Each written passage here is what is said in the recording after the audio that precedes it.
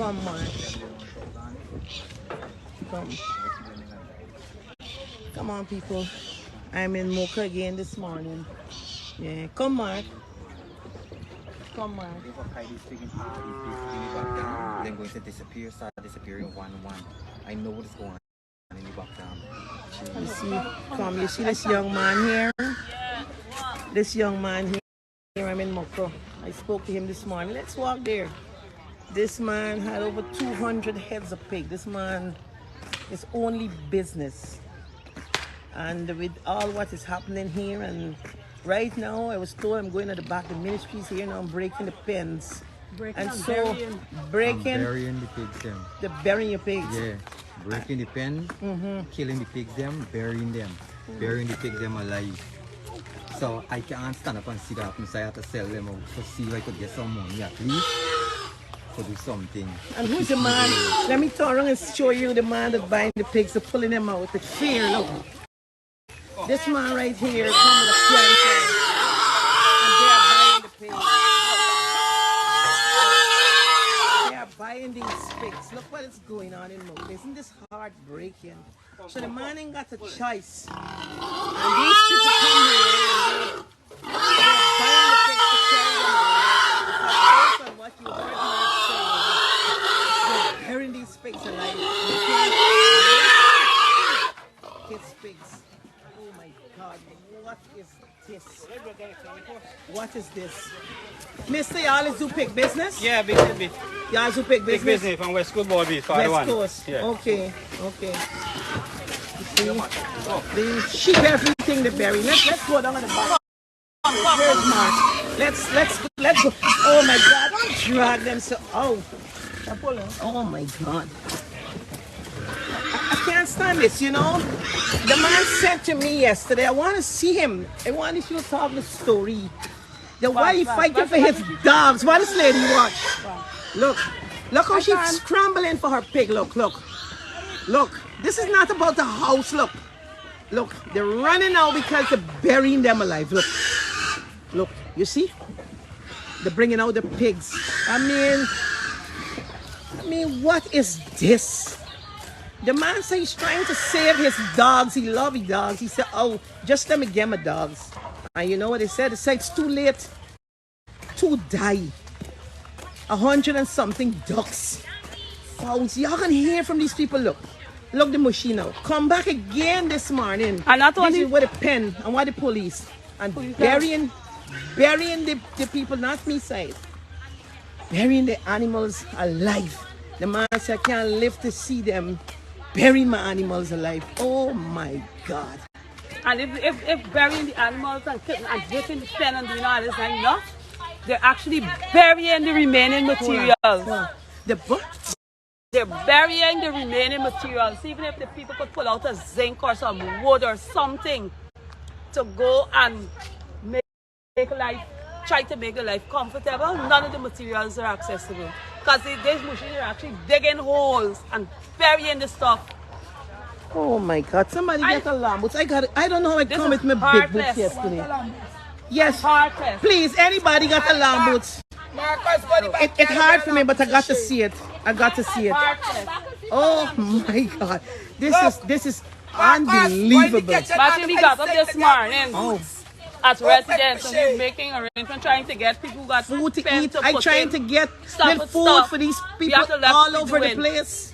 We have to leave what we're doing. Come out here. I'm on the road since 8 o'clock. Since 6 o'clock, I up dealing with issues. And then to come and see that you breaking down a pen with animals, destroying the animals. I want to go there where these ladies fighting to pick up some baby pigs flew. Oh my God, these little piglets. Please get the alarm boots, my friend. Please get the alarm boots. You know, I'm in Mocha. I said let me come to see. I don't know, whatever size big, whatever. I'm really hurting. I come in this morning to say I'm organizing for persons to get a little bed and somewhere for them to sleep. They're eating the food box of children. Look, these women running for the pigs. These women working hard. This is not women that just all about the place that ain't doing nothing. Look at this woman here. Look, she with your pigs. Oh, These women crying for the animals. Look. Look. And we got a canter here all the way from Barbies. Look, watch. They're running for sell it out. Isn't this slavery they're story looking at? Look. Oh my God. You bring a boat to me, baby. Thank you, sweetheart. Oh. Oh. Look. Someone's staying back there. Oh, God.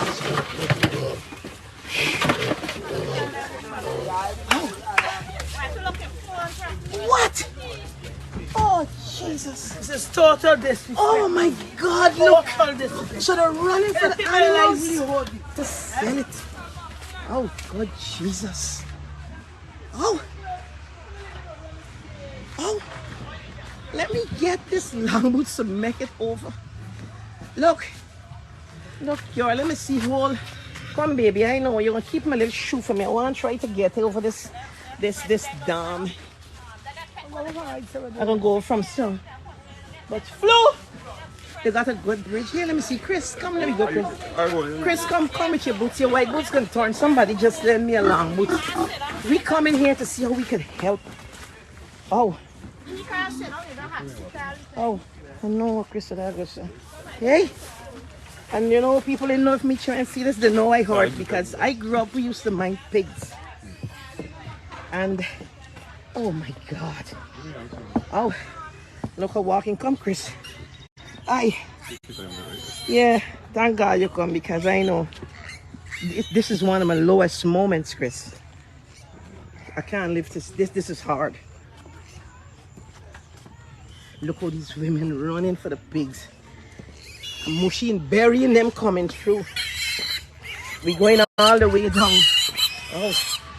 Oh, the sleep. They ain't got nowhere for sleep. So they're my people's house. Look all them children. Hundreds of pigs he's talking about here, man. Oh, let me see what's barking pigs. Oh God,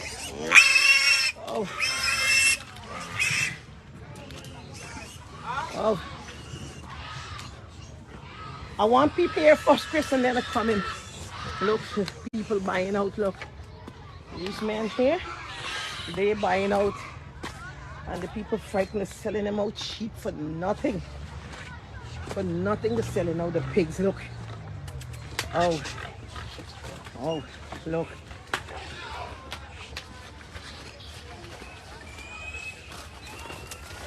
Look. Oh, look, they're beating them and kicking them and dragging them through just to get them to move. Look the pig pens there. They're emptying them, look. Oh, let's go this way first and see where the excavator burying. And I just coming inside, coming here to see and see what is this. We gotta go all the way and see what's the solution. Careful. Okay, so it's a strange ain't no bearing ground. Aye.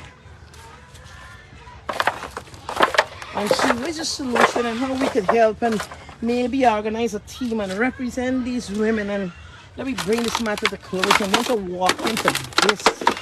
Oh, a whole canter. Whole canter. Oh, Chris, you know where you're going here? Yeah. We just going through. Hey. This is for us, man. Oh, people, if you're looking at this live, these people in need of help.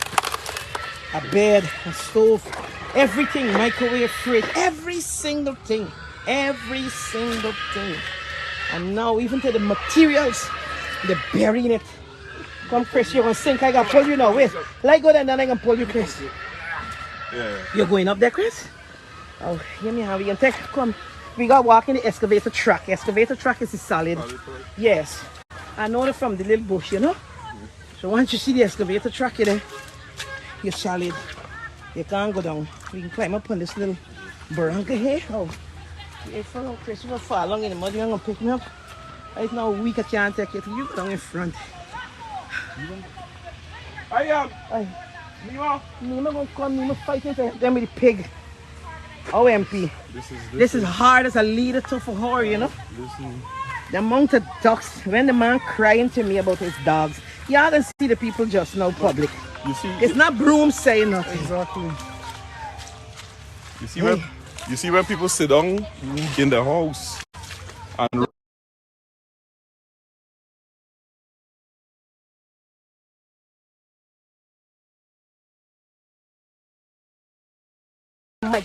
right.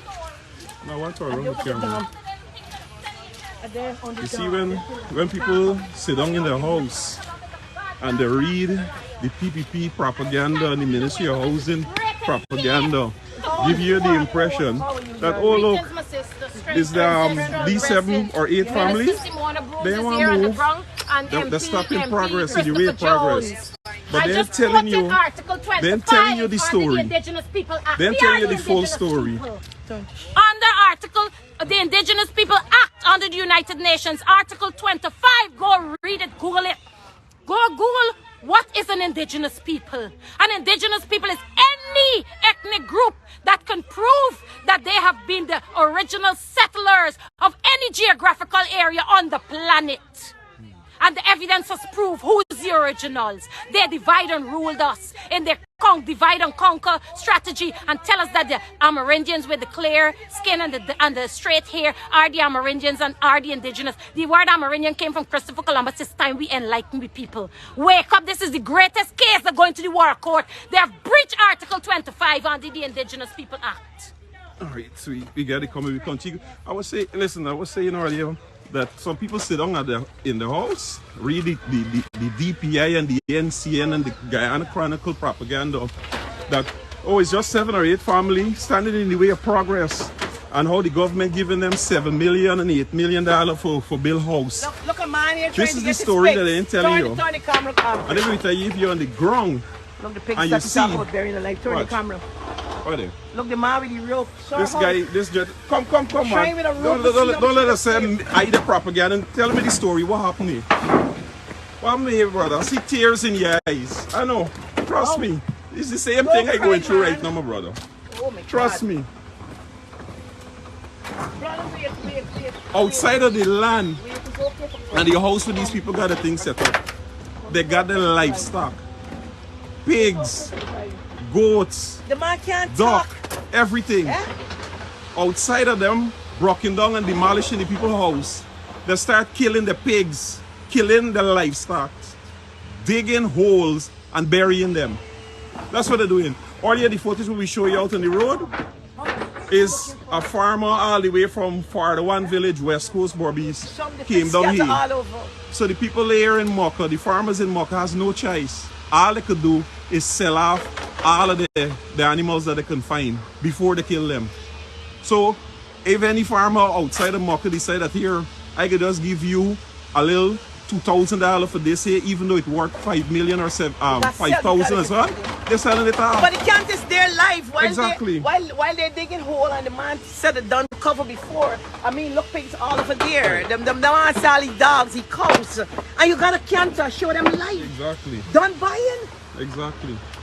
So you Why people, is man so right? outside of what these people lost in terms of the house, you got other farmers in other areas coming into the community now and cash in, because the poor farmers in Mocha ain't got no choice. They gotta sell off all of the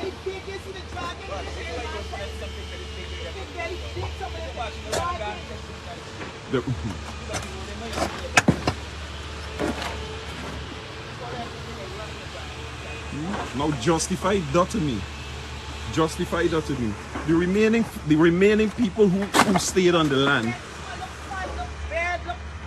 were the farmers, and that's why they were negotiating with the Ministry of Housing that, listen, outside of this house that you're giving me as a temporary thing on this land, what will happen to my animals? And that is what the people were negotiating. You got 50 heads of cow. You got 60. You got 60 heads of pig, you got fowl, you got duck. So the people asking, where we gonna put these things? Nobody from housing and answering though. But they're quick for put out on paper that they give some 7 million and they give some $8 million. Like if that could compensate for their animals. Watch it, watch. Everything drop, look.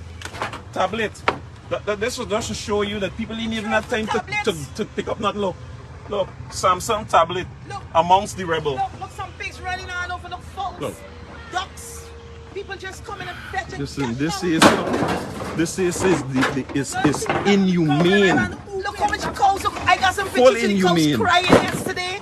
Full What inhumane. is this? Nobody human rights there now, though. All them there. Justify and then this. the paper saying how the people get land. Yeah. All the people are trying to write and meet. The girl said it yesterday. Trying to write. They even write the president. Oh, we got cows. We got 100 something cows. Who got 60 head? Who got 100 something pigs? What are they gonna do with it? Look, fowls, look, ducks. Everybody just coming and cash out. Yeah. Imagine Yeah. Cantus coming from Till Barbies. Barbies. Eh? Export. And people selling it for nothing. What is going on in this place? I hope to see everybody in Mocha. This is ridiculous. Listen, this thing is hurting me so deeply. I am witnessing this happening to black people in this place. People running, crying for animals. Where these people who talk about they got organization for dogs. Yeah. The man begged them forget his dogs. Oh, he said the Bailey scrambled 4 out to the 6. What heartlessness is this? What is this? I didn't come here for this morning. I come in to see how we can help and organize so that people get food and clothes and bed. Yeah? On the train, they're showing Zoomy and who shoot on the side bit. Yeah. You could take your hand and make some Chris. You could show him a little closer. Yeah. Life wrong. Oh my God. What is a black fools coming from tell black people?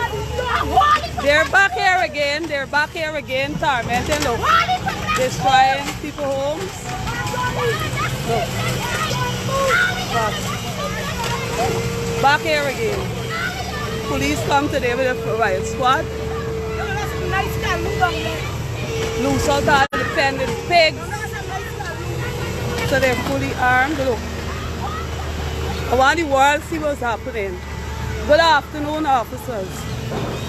But this is what's happening. This is people that's here. Good afternoon. Can I help you? Look. So we have there officers, all the demons around. Look. This one is videoing. Hi, I'm Flu Best. We have the people here. Y'all could sleep at night. Y'all actually sleep at night. Look what's happening here. I want y'all to see what's happening again. Ministry of Housing refused to engage people legally. So they return today. Look, they want to break the house with children inside. Yes, they terrorize a set of children and then they here again. Look at the machine. Look.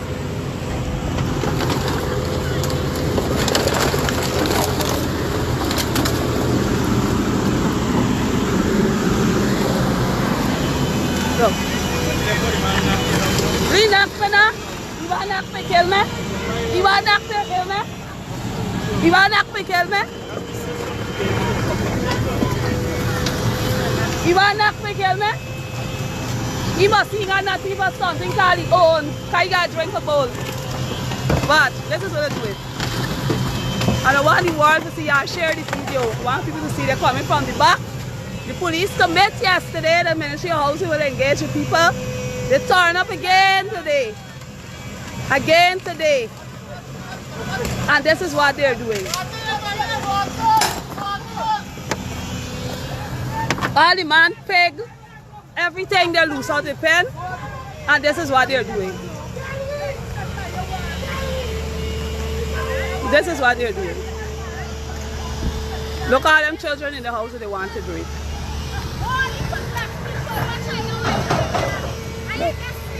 This is what they're doing.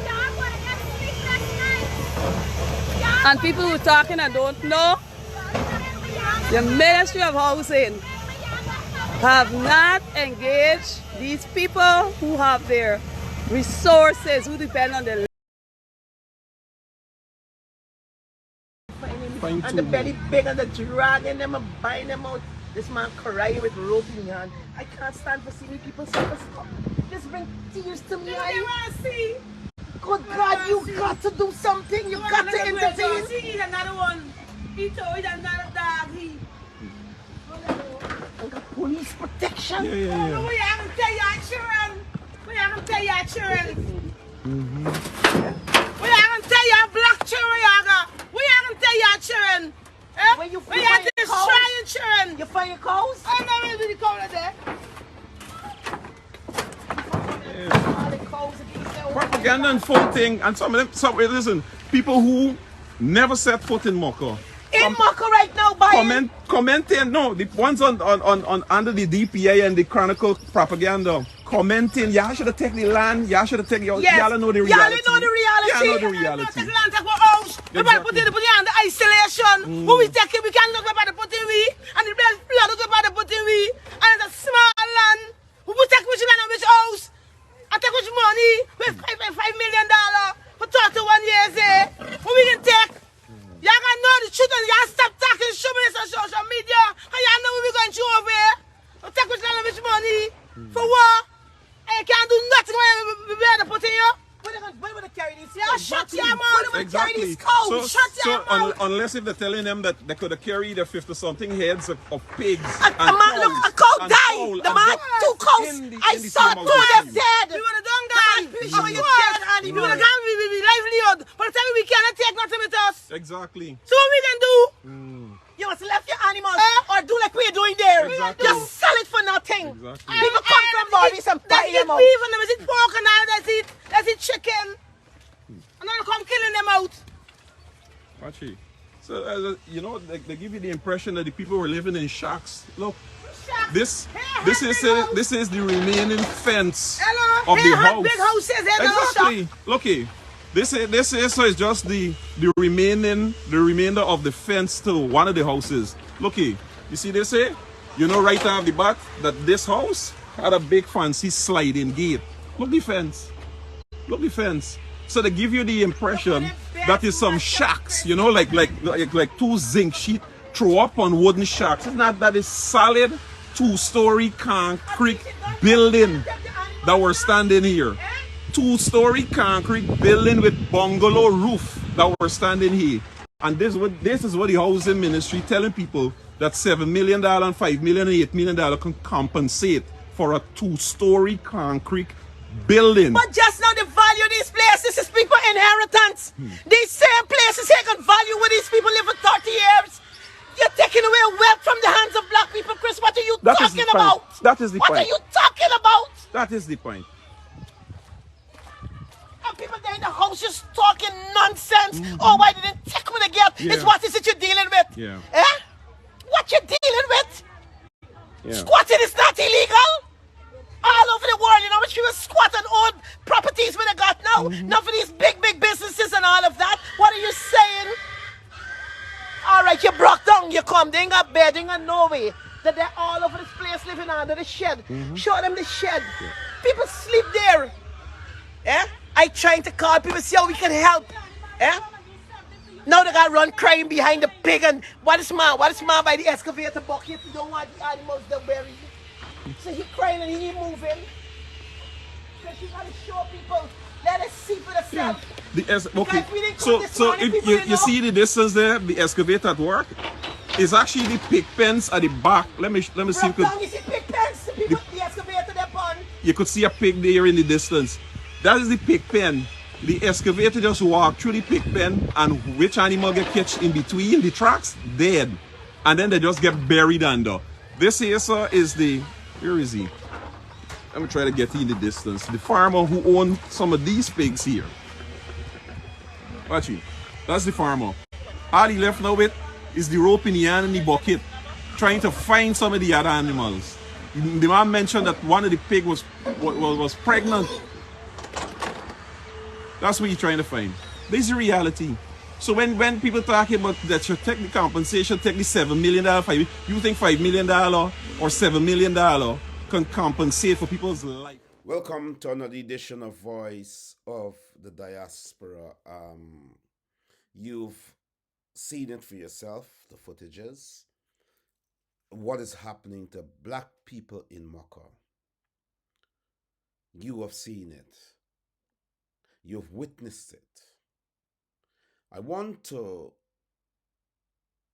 commend the black women who have taken up the mantle to stand up on behalf of the people of Mocha.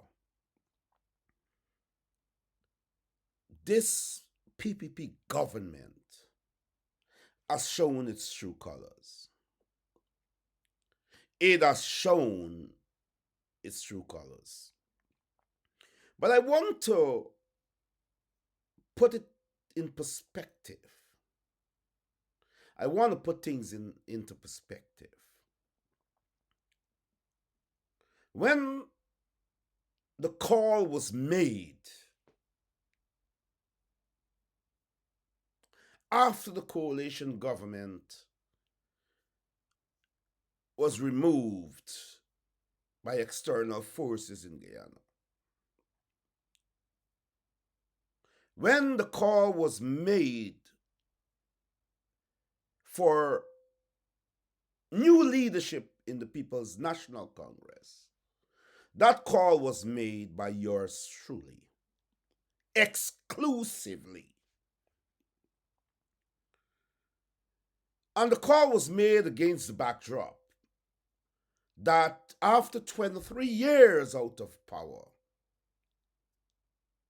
where we were subjected to the worst atrocities coming from the PPP government for 23 years, after we were subjected to the worst atrocities,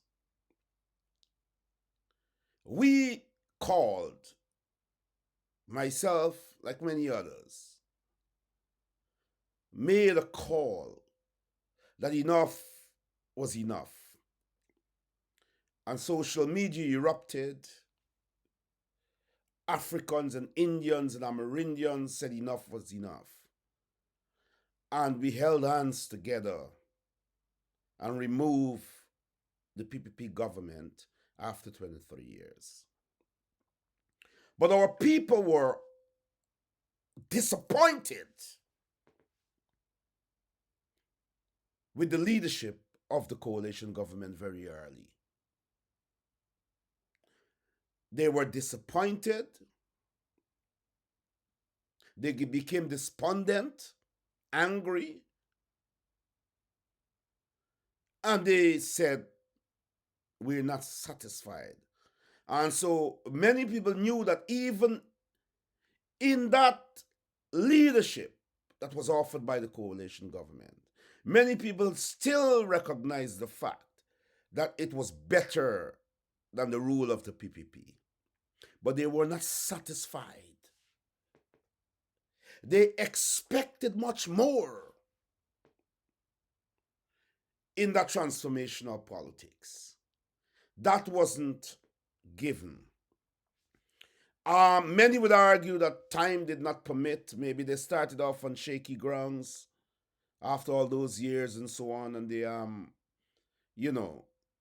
by the time they could catch themselves, so to speak, the PPP's activism was up. It was robust. And by any means necessary, they wanted power again. And therefore, they took one of their own Indian brothers in the coalition government, a member of parliament, an AFC member of parliament, and they made him move a no confidence motion against his own government. Many people could say all kinds of stuff about the coalition government closing down the sugar, closing down Gaisuko and all of that as an excuse to remove the coalition government. But we know what was at play. The PPP and the racists in the PPP will never accept a black president and leadership that consists of Africans at the helm, even though it was a broad coalition of Africans, Indians, and Amerindians. The Jagdioites, the Irfanalis, the Nandlal, and others were unwilling to accept that government, and therefore they didn't feel they have the right to rule even for 5 years, to govern even for 5 years. and they put their racist mandate in motion through Sharon Das Prasad. And the rest is history.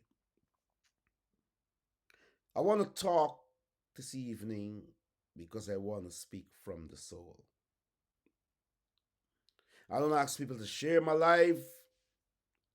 I don't do none of that. If 400 of you watch this, that's good enough. If 20 of you watch it, it's good enough. But I have to speak tonight because it is important that we tell our people across the diaspora and at home what is at play. When all of this would have happened during the rule of the coalition, during the governance of the coalition, I would have criticized the coalition. Many would have been angry, And in our black culture, in our black political culture, we already know that it's easy to turn against each other. There is a problem of disunity. There is a problem that has kept us for centuries in the condition we are in. And if a brother rises up and speak out against his own because his perception of what they were doing was wrong, you will feel the brunt of your own leadership and people. But that's a part of the territory. But outside of race and ethnicity, truth is most important. And I have no regrets. And therefore, I knew, like many of us would have known, that the coalition was in trouble. And that the PPP would take office again. And that what happened in 23 years, worse would happen in 2 years. We knew that. I knew that. And therefore, in my independence, in my own struggle, I wanted to ensure that a vanguard was put in place. Because we knew what was coming. And I made that call, and I struggled fervently to ensure that a new leadership of the PNC would come into play, and that a leader that we felt would be able to face the music of wickedness that was coming to the PPP and to push back the coming atrocities, would be at the helm of the party, and that there would be a struggle to stop the PPP from doing worse than they did in their 40 years of rule. And therefore, I fought, like many of us, to bring Aubrey Norton to the fore of the opposition. You see, politics is about gauging, is about foreseeing what is to come. And it's about putting mechanisms in place to ensure that there is a balance, there is a vanguard. And it broke my heart, literally, to go against the Granger Harmon faction in the party that many were annoyed with. I was told that more than 10,000 opposition voters in the city and across Guyana did not vote because they were ups at the last elections in 2020. They did not vote because they were upset, they were disappointed. They felt betrayed by the coalition government that they would have given power to after 23 years of the PUP's rule. And so, yours truly, learning from political experts before my time, been in the politics from a young man, watched the great minds, came and went. And I felt that it was a time when the gods wanted someone to make a call and to create a change and to usher in a new political leadership that would stand up to what was to come in a country that is transformed by virtue of its oil wealth. That we had to find a leader that had a grassroots background, that was sidelined, that was pushed away, that was suppressed. And therefore, out of nowhere, I said it was my time to contribute to this struggle on a national basis. And therefore, the call was made for Aubrey Norton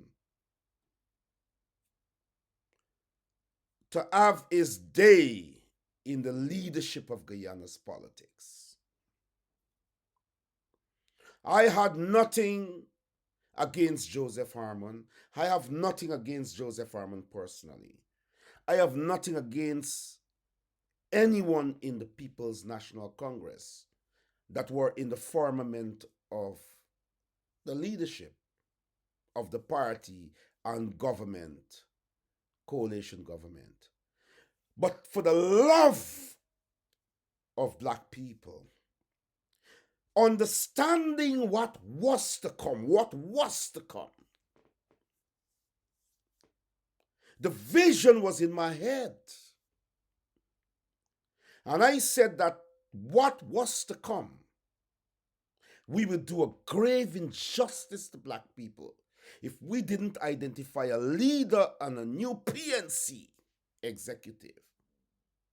In this modern time, in an oil-rich Guyana where the ball game has changed, if we didn't identify a leader and a new PNC executive that would be capable of arresting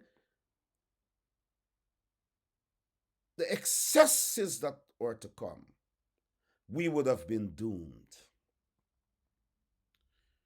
And your brother fought with all that he had against the odds, against powerful people in and out of the party, to see Brother Aubrey Compton Norton assume the leadership of the PNC, and by extension becoming the leader of the opposition and the chairman of the PNC.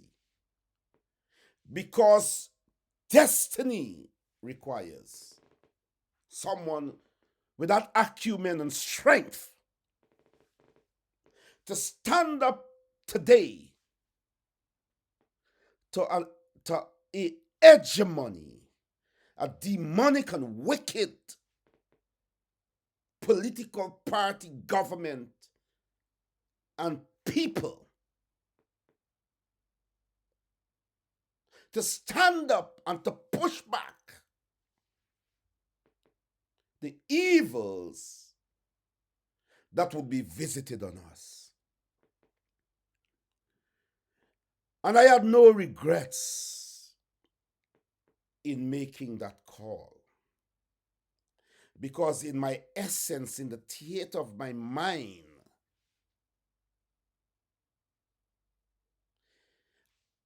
my love for my people, black people,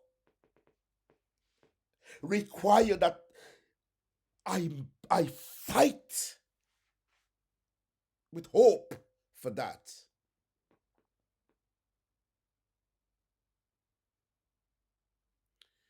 Love for your own, for yourself, is most important. Because in our society, in our black world, wherever we are on this earth, largely we lack that love, that unity, that spirit to rise up and find our equal space in the economy, in the social dimension, to become equal with others of other ethnicities and race. And so we fought, and Brother Norton became the leader. You see, brothers and sisters, I have to talk tonight. Whether you like it or not, I have to speak tonight. Because we are seeing what is happening to black people in Guyana under the leadership of someone that we would have entrusted all that we have to protect and to defend us as a people who are being trampled on, who have been trampled on, and for all Guyanese, decent-minded Guyanese. You know? And I made some enemies in our party. A lot of people don't speak to me and so on, but I said, look, we'll come around. But I knew what the enemy was capable of. And therefore, we had to rise up. You see, I want to say this. I'm coming to Mocha, but I have to set the backdrop.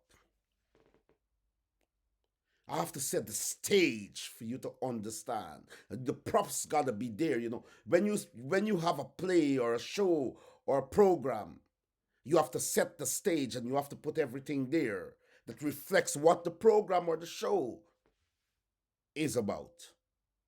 So that is what I'm setting the stage for you to understand.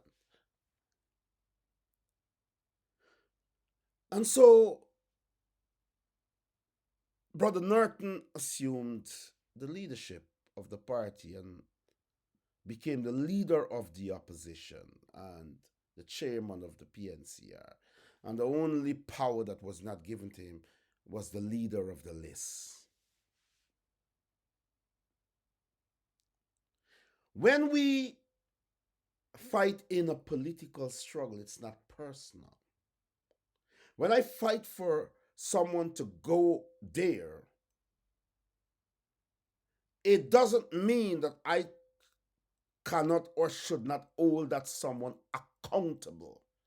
Because I didn't put, or we didn't put a person and a leadership there to bow and to praise them whether they perform or they don't perform. We put them there for a specific purpose. And if they are not fulfilling that mandate, we have to hold them accountable. It is not personal. Why would I fight with everything I've got to see Norton become leader and then stand up here today to castigate Norton. If you are shallow, if you are fickle, if you have a brittle spirit, you wouldn't understand it. But this is a struggle of liberation. It's a struggle for liberation. And you can put your brother or your best friend there. The purpose of that person is to deliver. And there must be no excuse. I want to say this very clearly tonight. Aubrey Norton knew that he came to power as an opposition politician for a particular reason and purpose. He had enough time to say to us, the mandate that was set for me to lead this party was a mandate I am not willing to live up to. And he could have made those utterances before. When someone is selected for election on a particular mandate and they disapprove of that mandate, they would say, I appreciate your confidence, but for reasons I may not be able to fulfill that. If you say that up front, then we understand. The mandate that was given to Norton was to lead the PNC with the express purpose of confronting and pushing back the hegemonic actions of the People's Progressive Party by any means necessary. And all of that was presented to the Guyanese society. Everyone felt we didn't want Armand, not because Armand wasn't a good leader, but Armand appeared to be too soft. All the others appeared as if they were lacking that gumption. When the time shall have come, the time we are facing today, when that time appeared, that leader knew what his mandate was and that he would do everything in his power to fulfill that mandate. That is the reason why he was called to the leadership. Not because we liked him and we didn't like somebody else or so on.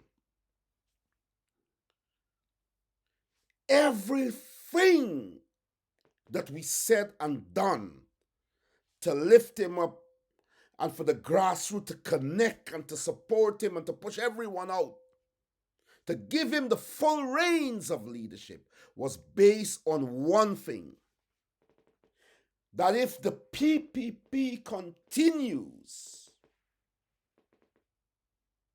along the avenues that they would have trod for 23 years, that he, as leader, would do everything necessary, everything in his power to bring that to a halt. That is why we took him from political oblivion in his party and lifted him up, because we knew what was to come. And we didn't want black people to suffer any more than they had suffered. during the 23 years of a brutal and hegemonic, evil, horrible, and nasty racist domination and rule. It is not personal for me to call today for the world, the Guyanese world, to be objective in analyzing the leadership of Aubrey Norton. Everyone watching this and that will watch it over the coming days and weeks would know that your brother was in the forefront, fighting fervently to see Norton where he is today. Today, he is backtracked. Today, is consumed by the importance of leadership. Today, he raises his shoulders and turns his face away from people who cares about him. From people, who care about him.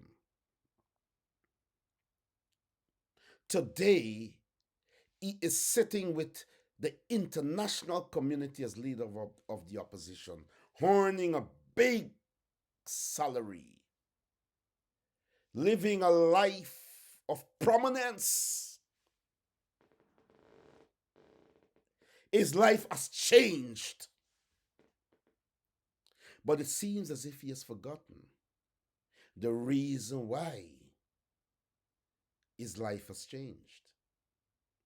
You see, as black people, when in my struggle to see him where he is today, so much things came up, so much voices in my ears. He's this, he's that. Why are you going to make him get there? Her brother doesn't care. So much negative views. Because in our culture, as a people, we tend to pull down our own prematurely.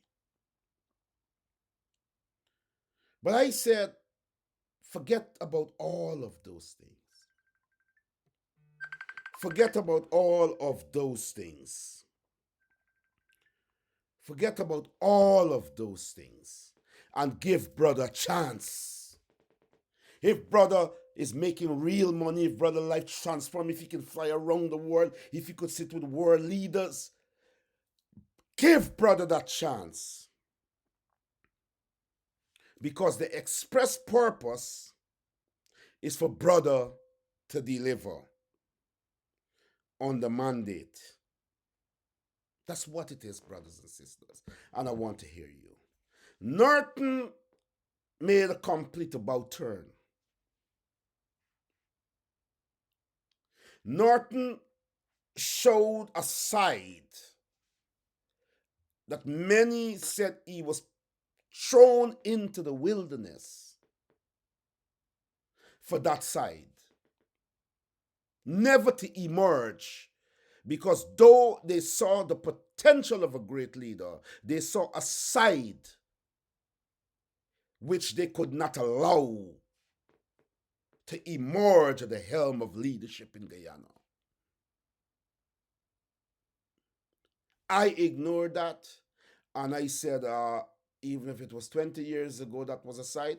If we, in a social media world, in a modern world, in a world where we can discuss everything and we can, throw it out there, one is intelligent, they could say, you know what, all of this is discussed. So if I'm given the opportunity, I'll put aside that side and I will work in the best interest of the people that would have,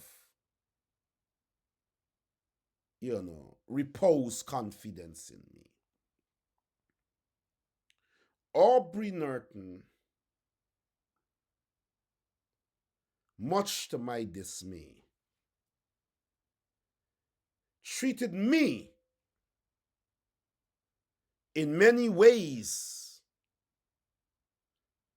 as someone he does not recognize that fought a struggle. Someone that he doesn't appreciate what I have done and what others have done. And he's taken the PNC down a road in which those who were politically against him, where the party has that democracy to choose or not to choose, to have free and fair elections within the party for a leader, to go for or against. But when that would have ended, whoever the leader is, the party must rally together. Norton decided to alienate those who did not support him. Norton brought a spirit to the party that is potentially worse than what the PPP manifests in their party when dealing with business of the party. Norton treated this brother as a stranger and as an enemy. People in the echelons of the party said, I called him, he never answered his phone and all of that.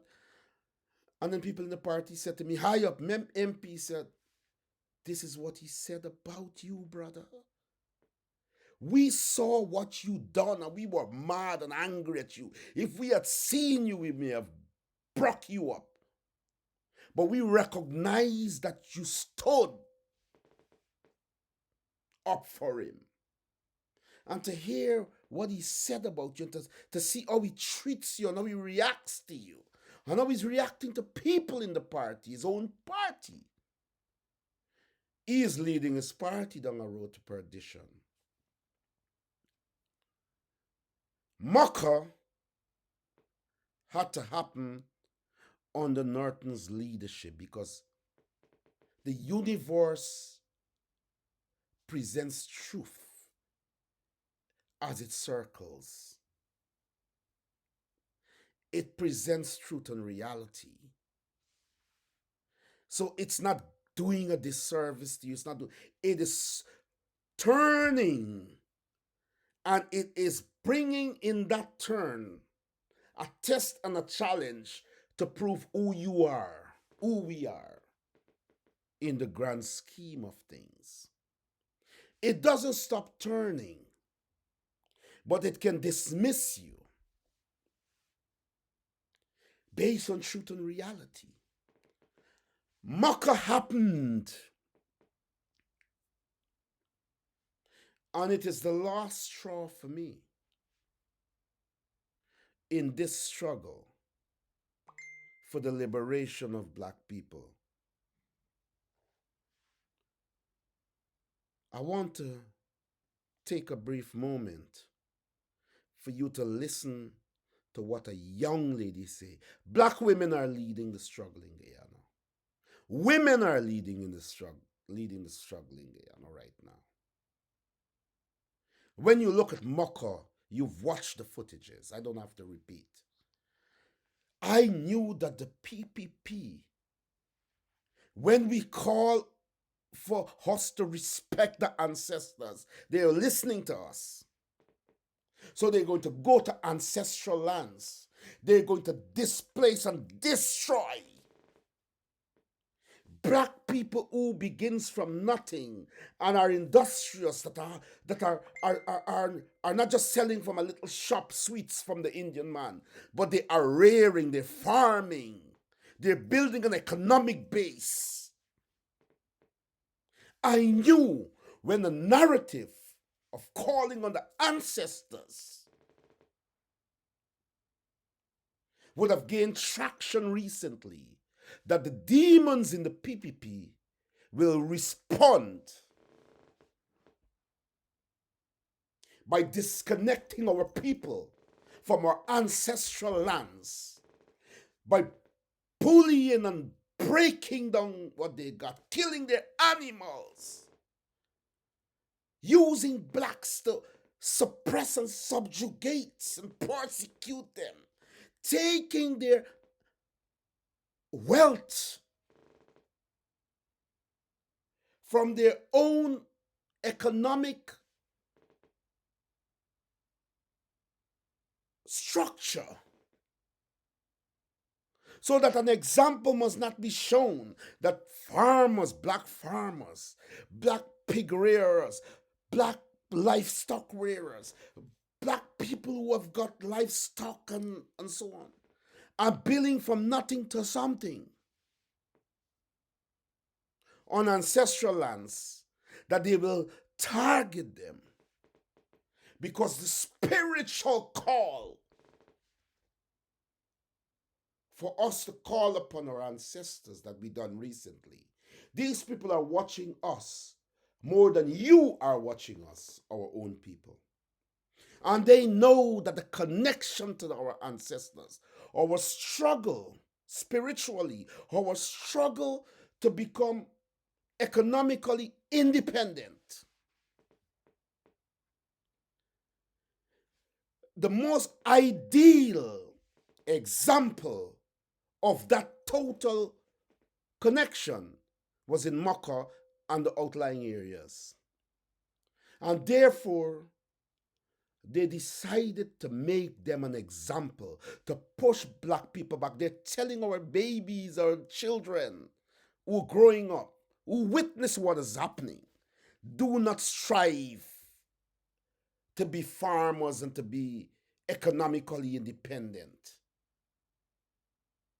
To rear your own stuff and to earn your own money. If you don't go to the Indian man to get some business, to pay him a profit from what you're earning, dependent on him, you are a threat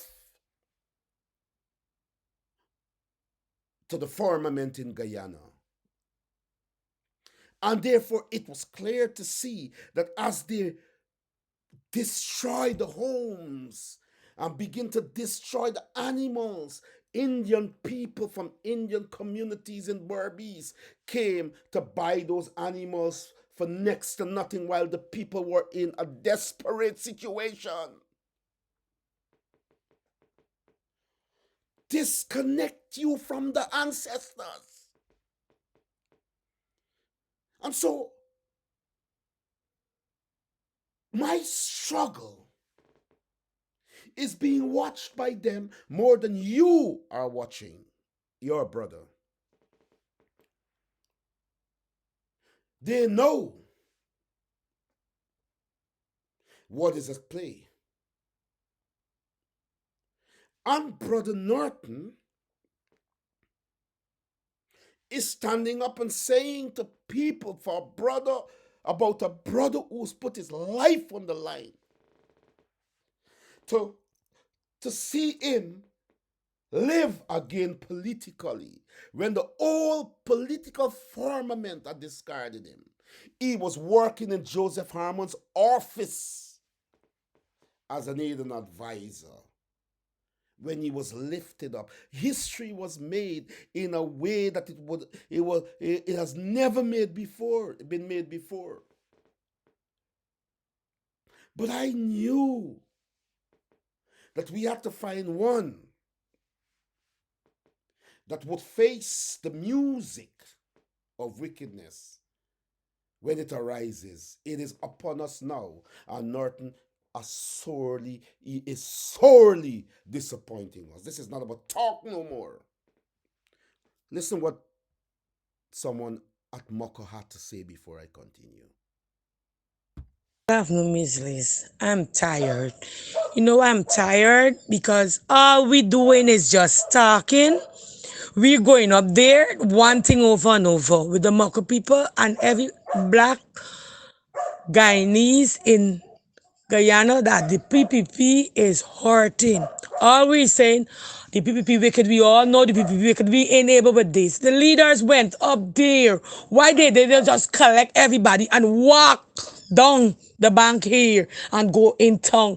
And people would keep joining the crowd because the people was out there was very angry. This was the time that Mr. Norton could have collect the people and ask them if they want to come out. Let's walk. Let's walk and go. Because the people out still broke down everybody. They're up on the bridge. They're doing this, they're doing this. The man in the escalator, they're burning it down. The people still doing what they gotta do. PPP still doing what they gotta do. So we gotta do is shut down the country, get the crowd there, bring out the crowd and collect the crowd. People are in tongue, everybody, but the China, I know. Today it was a shutdown. Chachang was a shutdown, but nobody doing. I just seen people going up there talking with the residents and this and that. I just tired, honestly, I tired. You heard that. You heard that. Today, there is a struggle in the party to save it. And I have to tell you the truth. There's a struggle in the party to save it from whom we thought was the savior of the party. I made enemies in my own party, though I'm told it's not my party because Norton himself said, I was told by people high up in the party, that Norton himself said, I don't even have a party card. You didn't know I didn't have a party card when I was fighting his struggle, brother? What ingratitude. If you could do that to a brother who put his life on the line to see you where you are today, single-handedly, what are you made of? What are you made from, Aubrey? Who are you? Why they kept you out for 20-something years? What have I resurrected?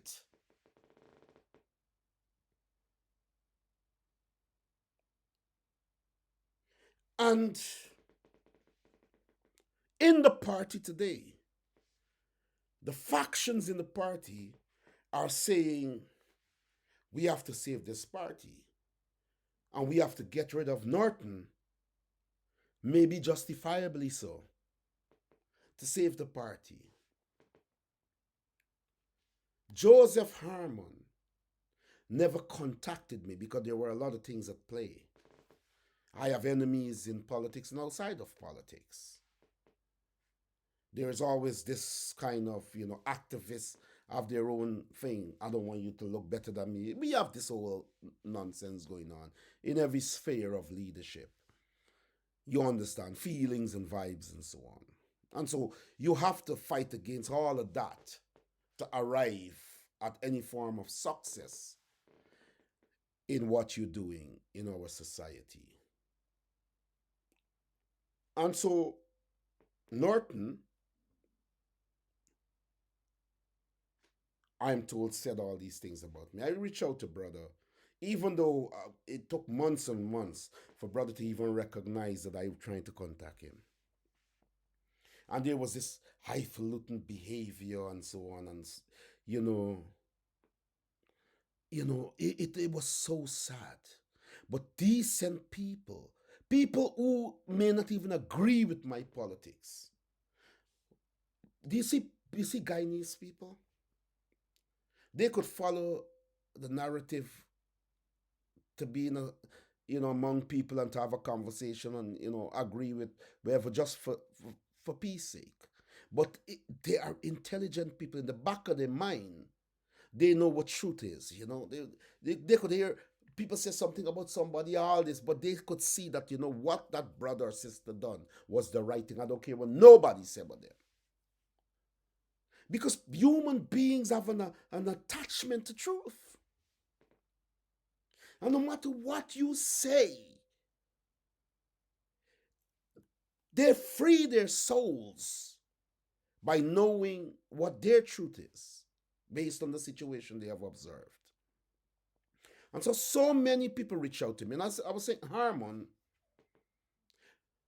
never contacted me never reached out to me all through that struggle. I have evidence that I've tried to call him so many times. But if I haven't done you something, I know that is what people said to you about me. It's your view about my narrative that you've been looking. I understand that. The same for Valda Lawrence and all of them. And I heard about the good things about Harman after Harman was deposed. And I asked those who were telling me, why didn't you tell me that before? I made a judgment on Harman's public political persona, or the lack thereof.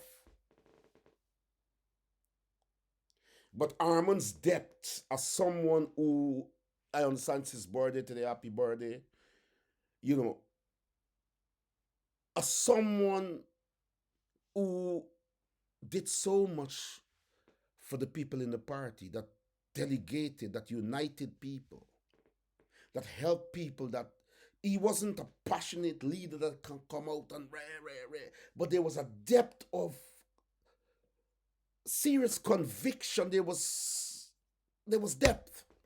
Can't find the words. When people started to tell me the type of leader the man was. And I said, I have no regrets.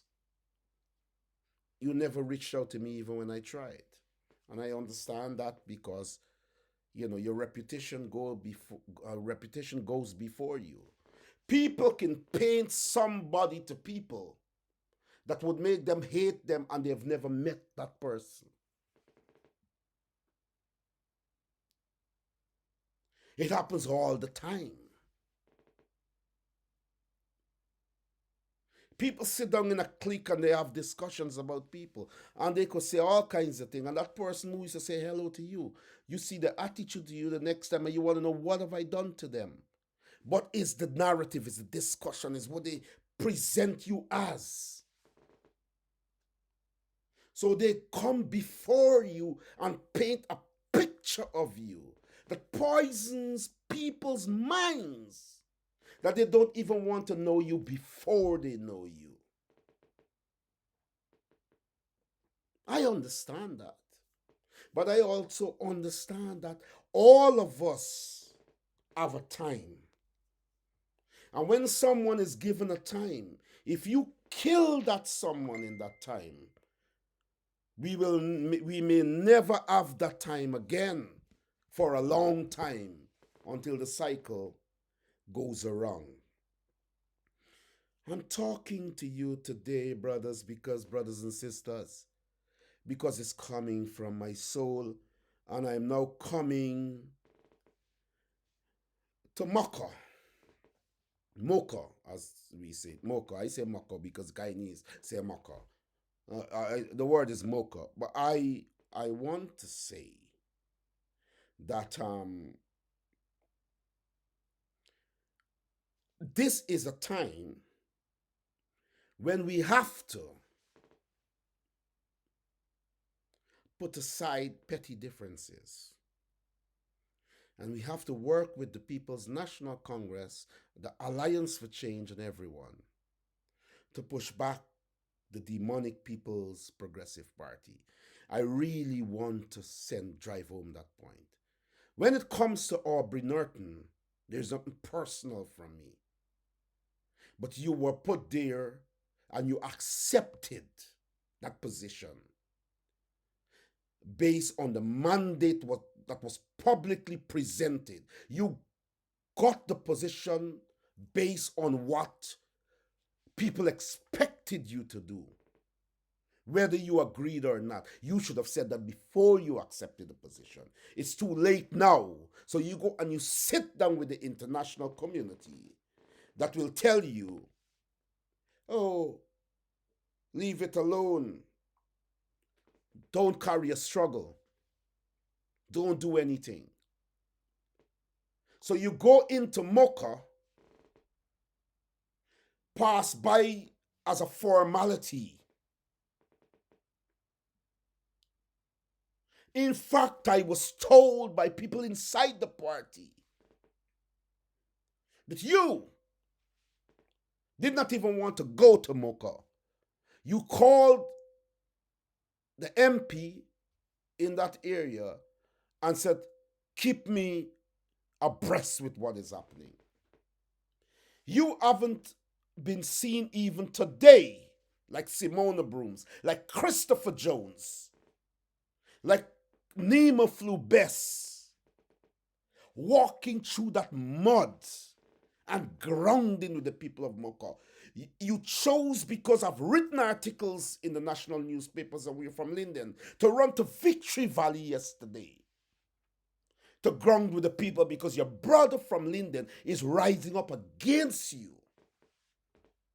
So you want to make sure you maintain a foothold in Linden. I'm telling you now, we agreed to unite, but you never called me back because you're arrogant. And you're arrogant too much towards so many people. And your ingratitude is glaring. And I have to say it today. But do I hold a hatred towards you? You still have time to respect those who have fought your struggle, and to respect and to reach out and to say, let us do this for the people, the party, and the country. And I may say you deserve a chance still. You are not a leader of 1960 or 70 or 80. That you can bring that old sort of attitude of dismissiveness and of arrogance and of I'm leader, so I'm whatever. You're not. This is the modern time. And I have the capacity, the capability, and the wherewithal to convince black people that you are not their leader. And I have credibility and integrity because I'm saying it here tonight. Not because I'm boasting, but because it's true. I single-handedly created the avenue for you to be where you are. And I didn't do it for you only. I did it for our people, but I recognize your ability to deliver. So now you've gone to the and I saw you on the Freddie Kisung-Gildari show saying, oh, there are people who want me to go out there. There are people right out there who want me to go out there and do whatever, mash up the place. You were talking about me to Freddie Kisung-Gildari. And when they ask you, you said, oh, on social media, there are people. You understand? You sit down in the white man's office and walk out of there as a poodle. And therefore, the people of Mocha, are facing the worst atrocity in Guyana. And it is Brooms and Jones and Bess and them that are carrying that struggle. I want you to understand that we are not insignificant. I am not. I could never be insignificant again in this life because I put you there. And I'm saying it straight.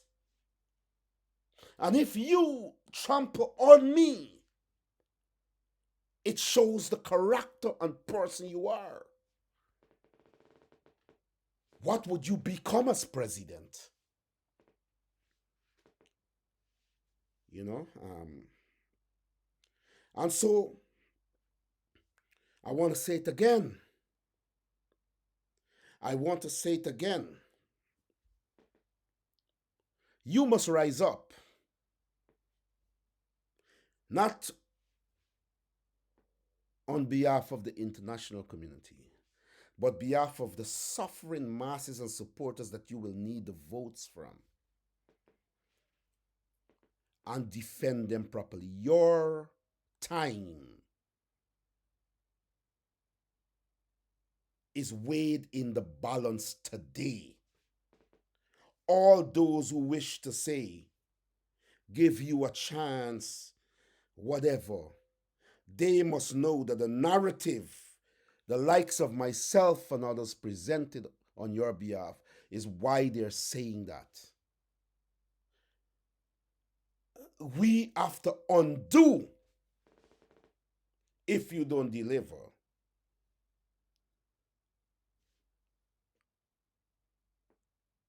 You have disappointed the opposition, the coalition, and our supporters. Telling you tonight. And I'm bringing people on tonight to talk about Mocha. And I will bring people on tonight, if they wish to come on, to talk about you.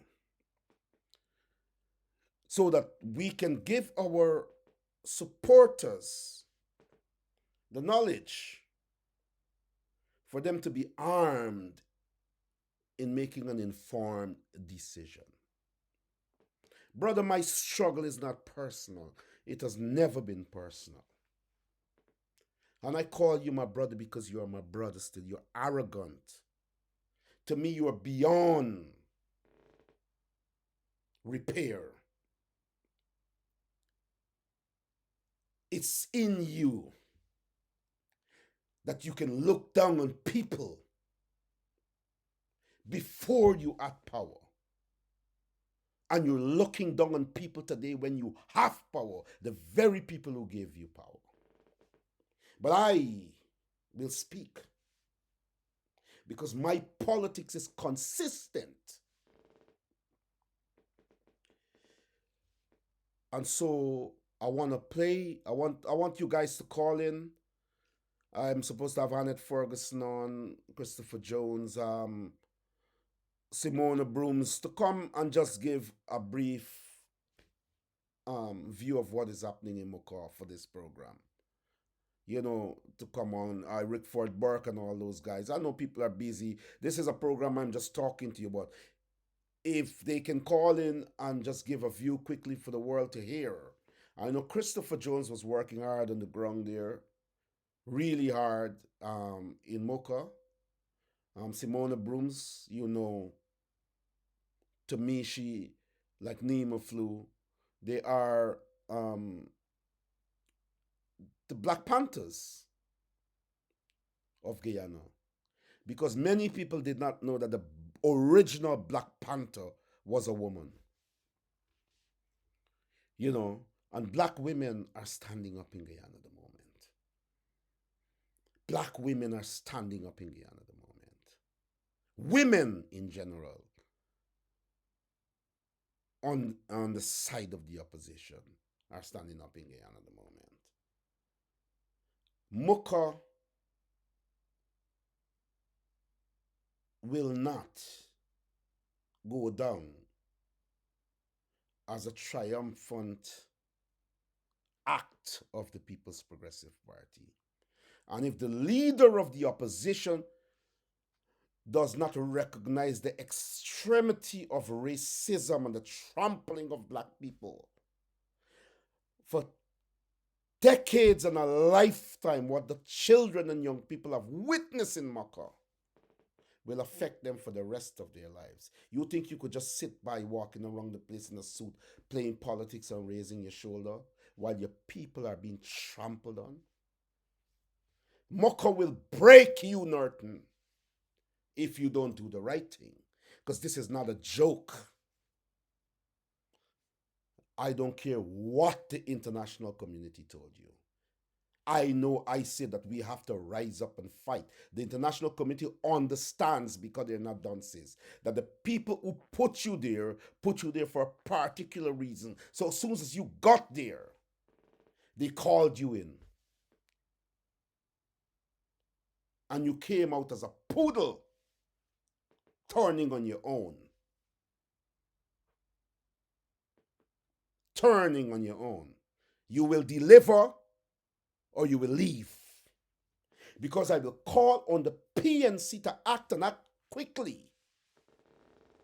to save the party and to put a structure and a leadership in place that is equipped and ready to face an election. We will do the rest. People tell me, oh, we have to have the crossover votes. We don't have to. We have to regain the 30-something thousand black people that refuse to vote because we made a mess of the 5 years of leadership. Of course, we will welcome the crossover votes. I love the AFC. I will continue to support the AFC. I have tremendous admiration and respect for Kemraj Ramjatan, and I know he can make a contribution. But it's the truth that will win. The race is over. The human conscience is a serious thing, regardless of color, race, or creed. And so I want you to listen to this clip again as I wait for those to call in, if they're going to call in, to talk about what is happening. Good afternoon, Miss Liz. I'm tired. You know, I'm tired because all we doing is just talking.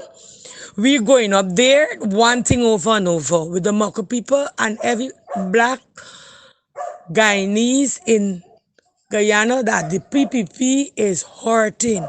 Always saying the PPP wicked. We all know the PPP wicked. We ain't able with this. The leaders went up there. Why they just collect everybody and walk down the bank here and go in town? And people would keep joining the crowd because the people was out there was very angry.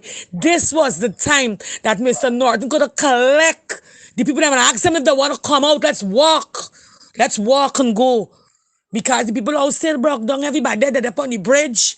They're doing this, they're doing this. The man in the escalator, they're burning it down. The people still doing what they gotta do. PPP still doing what they gotta do. So we gotta do is shut down the country, get the crowd there, bring out the crowd and collect the crowd. People are in tongue, everybody, but they're trying. I know. Today, it was a shutdown. Chachang was a shutdown, but nobody doing. I just seen people going up there, talking with the residents, and this and that. I just tired, honestly, I tired. This is the cry coming from this woman and other women in Mocha. The time has come for our people to stop feeling sorry for our leaders, for them to be objective, enough to speak the truth, I have with me here the chief whip of the opposition, Member of Parliament Christopher Jones. You will recall that Christopher Jones was a shining star as the director of sports in Guyana. You will recall that Christopher Jones was one of the fighters in the struggle to remove the PPP in 2015. You will recall that when the PPP would have been installed by the Trump administration and others, that the first person they targeted was a black, impressive, prominent, loved leader, Christopher Jones, in which they arrested and charged him and tried to humiliate him and his family. The denigration and disruption of black professionals started the moment the PPP entered office. Everything is on a trajectory where it will not stop. It will become more rabid. So what is happening in Mocha today is just a greater extension of the PPP's agenda to completely destroy black people in Guyana. And in Mocha today, they have targeted poor black people who have the desire to become economically independent. They don't have to go to no rich businessman to collect some goods to sell and then pay them back. They are farming the land, the ancestral lands. They are rearing livestock. This is wealth. And if given the chance, they will grow into what others have grown into in Guyana, who were given the opportunity by Burnham, and no matter what happened, never were trampled on because of the politics. Christopher Jones, a shining star, the chief whip in Parliament for the opposition, is joining me here now. I think we've just lost him. I'm absolutely sure he's going to call in back. But this is what we're seeing. This is what we're seeing. Christopher Jones is calling him back now. Christopher Jones, welcome to Voice of the Diaspora. I am sorry that this is your first time and that we have to be here in this historic moment talking about Mocha, which is something that has brought tears to my eyes in this where I am. It has made me cry. I have cried, Christopher Jones. You have been on the ground. You have been on the ground. I've shown the clips and I will show them later again with yourself and Simona Brooms and Nima Flubless in the mud, in the gutters there. You have a first-hand running knowledge of what is happening there. What would you like to say to the people in the diaspora here around the world and at home in Guyana? Excellent. Well, thank you very much for having me on the program, Norman. I'd like to say a pleasant good evening to your listeners, to your viewers out there, and New Year's greetings to them. The unfortunate thing is that 2023 started out similar to how we left 2022, with the People's Progressive Party Civic continuing the racial discrimination against Guyanese of African descent. It is so blatant that those with the jaundiced eyes will be able to see the blatant discrimination that is happening in the country. Now, case in point, in terms of Mocha, there is a dispute as to whether or not the lands that the residents thereof of Mocha are occupying, whether it's ancestral lands or government reserve. Based on the information that we have, it is indeed ancestral lands, and therefore it's not a government reserve. So therefore, the persons there cannot be deemed to be squatters, so to speak. When you look at what the government and the way in which they went about removing or dismantling of people's property by using an excavator, you saw yesterday while we were there that the excavator actually went to the areas in which the people had their livestock. You had pigs being buried alive. The excavator just dug some huge hole. The pigs were just thrown into them alive and they were buried.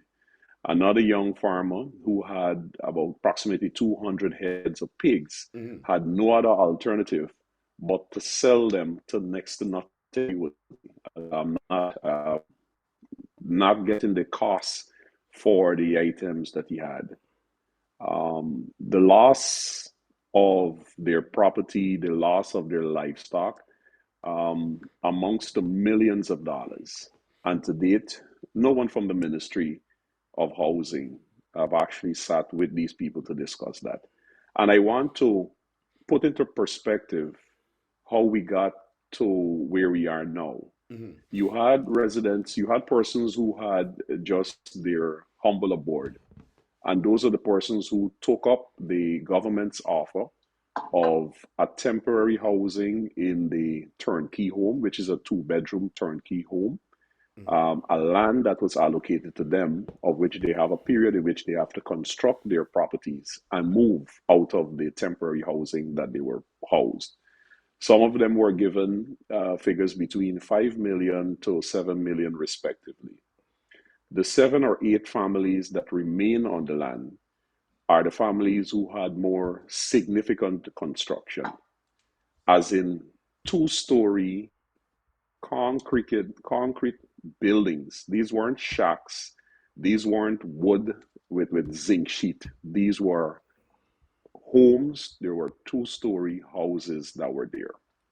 A back of these houses is where they had their livestock: cows, pigs, fowls, duck. This is their livelihood. This is their only means or source of income. And these were the families who were still negotiating with the Ministry of Housing to provide them with additional farmland that they can take their animals to.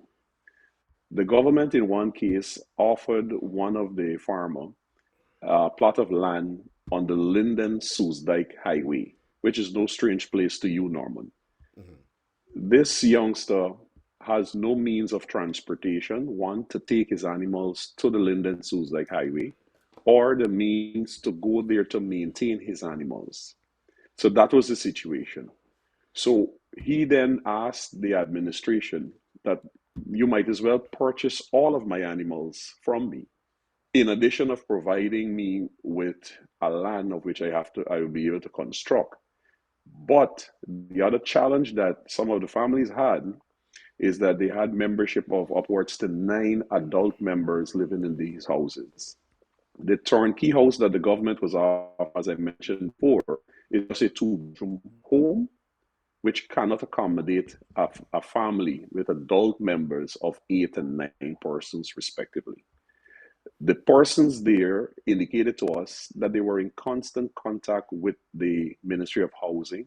They showed us letters and correspondence between the two, that these negotiations were ongoing. They too were caught off guard when the heavily armed members of the Guyana police force turned up to protect the excavator, and the excavator literally just tore through their homes while some of these people were at work. Some of them, you had children who were at home because school is just restarting, so they were at home. So you could imagine the trauma that those children and the elderly ones who were at home had to go through, having heavily armed police members with full riot gear. In cases during the day, you had shots were fired, rubber bullets were fired, tear gas was fired. And this is in a village of which people live. It is not a case that the police was conducting a raid or they found arms and ammunition or drugs or illegal. It is our homes, bedrooms. We've seen the destruction of these people's property: beds, television, wardrobe with all of their belongings just scattered all over the place. I want to make mention of one particular resident. I think her name is Roxanne, subject to correction. She was one who had a shop that she was operating on the said location. The very day before, she purchased stocks from Banks DIH and Hanson McCall. You have the video footage which showed that she had stocked approximately over 140 cases of Guinness and Banks beer and so forth. The excavator tore through them, tore down the cases, drove over the beverages several times, dug a huge hole, and pushed these cases inside of the hole, and then covered them over with debris. And you ask yourself the question, how could this be justified? What is the justification behind this? What is the justification behind this? No one from the ministry during that time reached out to the families. So the families are now left literally on the streets in Mocha. And when you juxtapose the manner in which the People's Progressive Party Civic deals with different villages, it is a completely different approach to the African villages as opposed to the East Indian villages. Case in point, if you want to say they add salt into the wound, the very day after the demolition of these people's property, the People's Progressive Party civic ministers were over on the west side in Region 3, of which they allocated land title to 76 persons who were squatting, all of East Indian descent. Yes. You had late last year, no less of a person than Irfan Ali traveled all the way to Cameroon, Supanam region 2, Essie Cribble, met with squatters in the village of Charity, and those squatters were given land titles to their home. You had the Attorney General, Anil Nandalal, a few weeks ago, travel to the Mahaika Berbice region 5, and squatters there were given land titles. You had the minister within the Ministry of Housing, Susan Rodriguez, a few months ago, travel on the east coast of Yes. Demerara, and squatters there were given land titles. And as I mentioned before, this is not a case that these are squatters on land or government reserve. These are people who have access ancestral lands in the Lance. village of Mocha. You said something yesterday when you were there grounding with the people and showing solidarity and sharing their pains with them. Greeting you yourself and Nima Fulbless, who is the MP for that area, and also Simona Brooms. You said something. You said this is not even about removing the people. This is about this the people be killing the animals, like they were literally destroying uh, Mhm. the, the the the properties, but they were killing the livestock, even the dogs. They were literally burying those things. You talked to tell the Guyanese people around the world and those who are watching. How did you feel? What was your impression of that? You know, I had I had to hold back emotions. I kid you not, literally, I was in tears. It would not have been shown Yeah. because I had the camera in a different angle, but tears came to my eyes because here it is, these young black farmers and people who reside there trying to make an honest dollar, a most honest dollar. Persons who know or who are familiar with people who do farming, you know, farming is not an easy job. Job. It's You're not. up before, yeah, you're up before the sunrise. You're still up long before the sun sets to take care of your animals. And as I mentioned before, this is their livelihood. This is what they are living. This is not a case in which the people are drug dealers. They're not gun smugglers. They're not involved in any illegal activity. They're making an honest dollar. And all they wanted to do was to have the administration sit with them. As case in point, that the administration have been sitting with other groups of people, you know. You had recently in the village of Monrepo, another stronghold of the People's Progressive Mhm. Party Civic, an East Indian village, in which the government was constructing or is constructing the marketplace for the vendors there. The vendors were disappointed in terms of the size of the construction that was happening. The vendors went and physically destroyed some of the stalls that were being constructed because they're disappointed in the size of the stalls. Within 24 hours, you had the Minister of Local Government, Nigel Darmalal, travel to the village of Monrepo, met with all of the farmers, met with all of the farmers in an air-conditioned boardroom. And within an hour and a half, all of the issues that were raised by the vendors were resolved. To date, not one single vendor have been charged for destruction of public property. But in Mocha, you had this young lady who was defending her livelihood.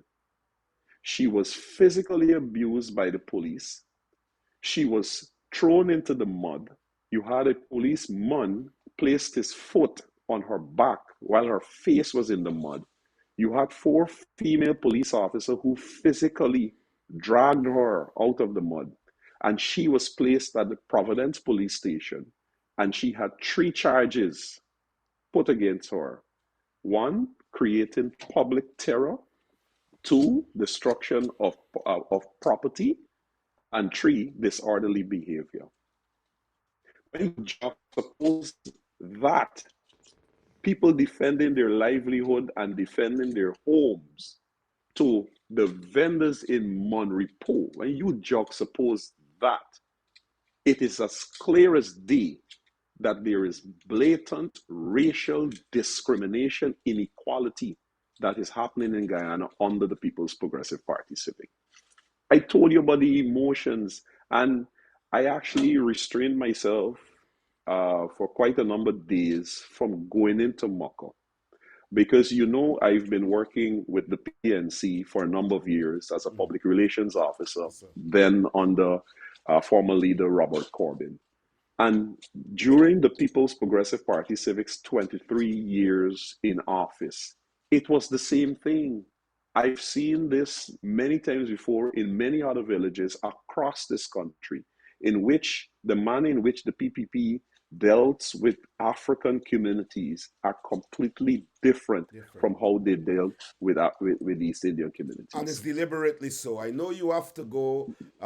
Christopher Jones here, Chief Whip, Member of Parliament, Opposition Member of Parliament, and former Director of Sports in the coalition government.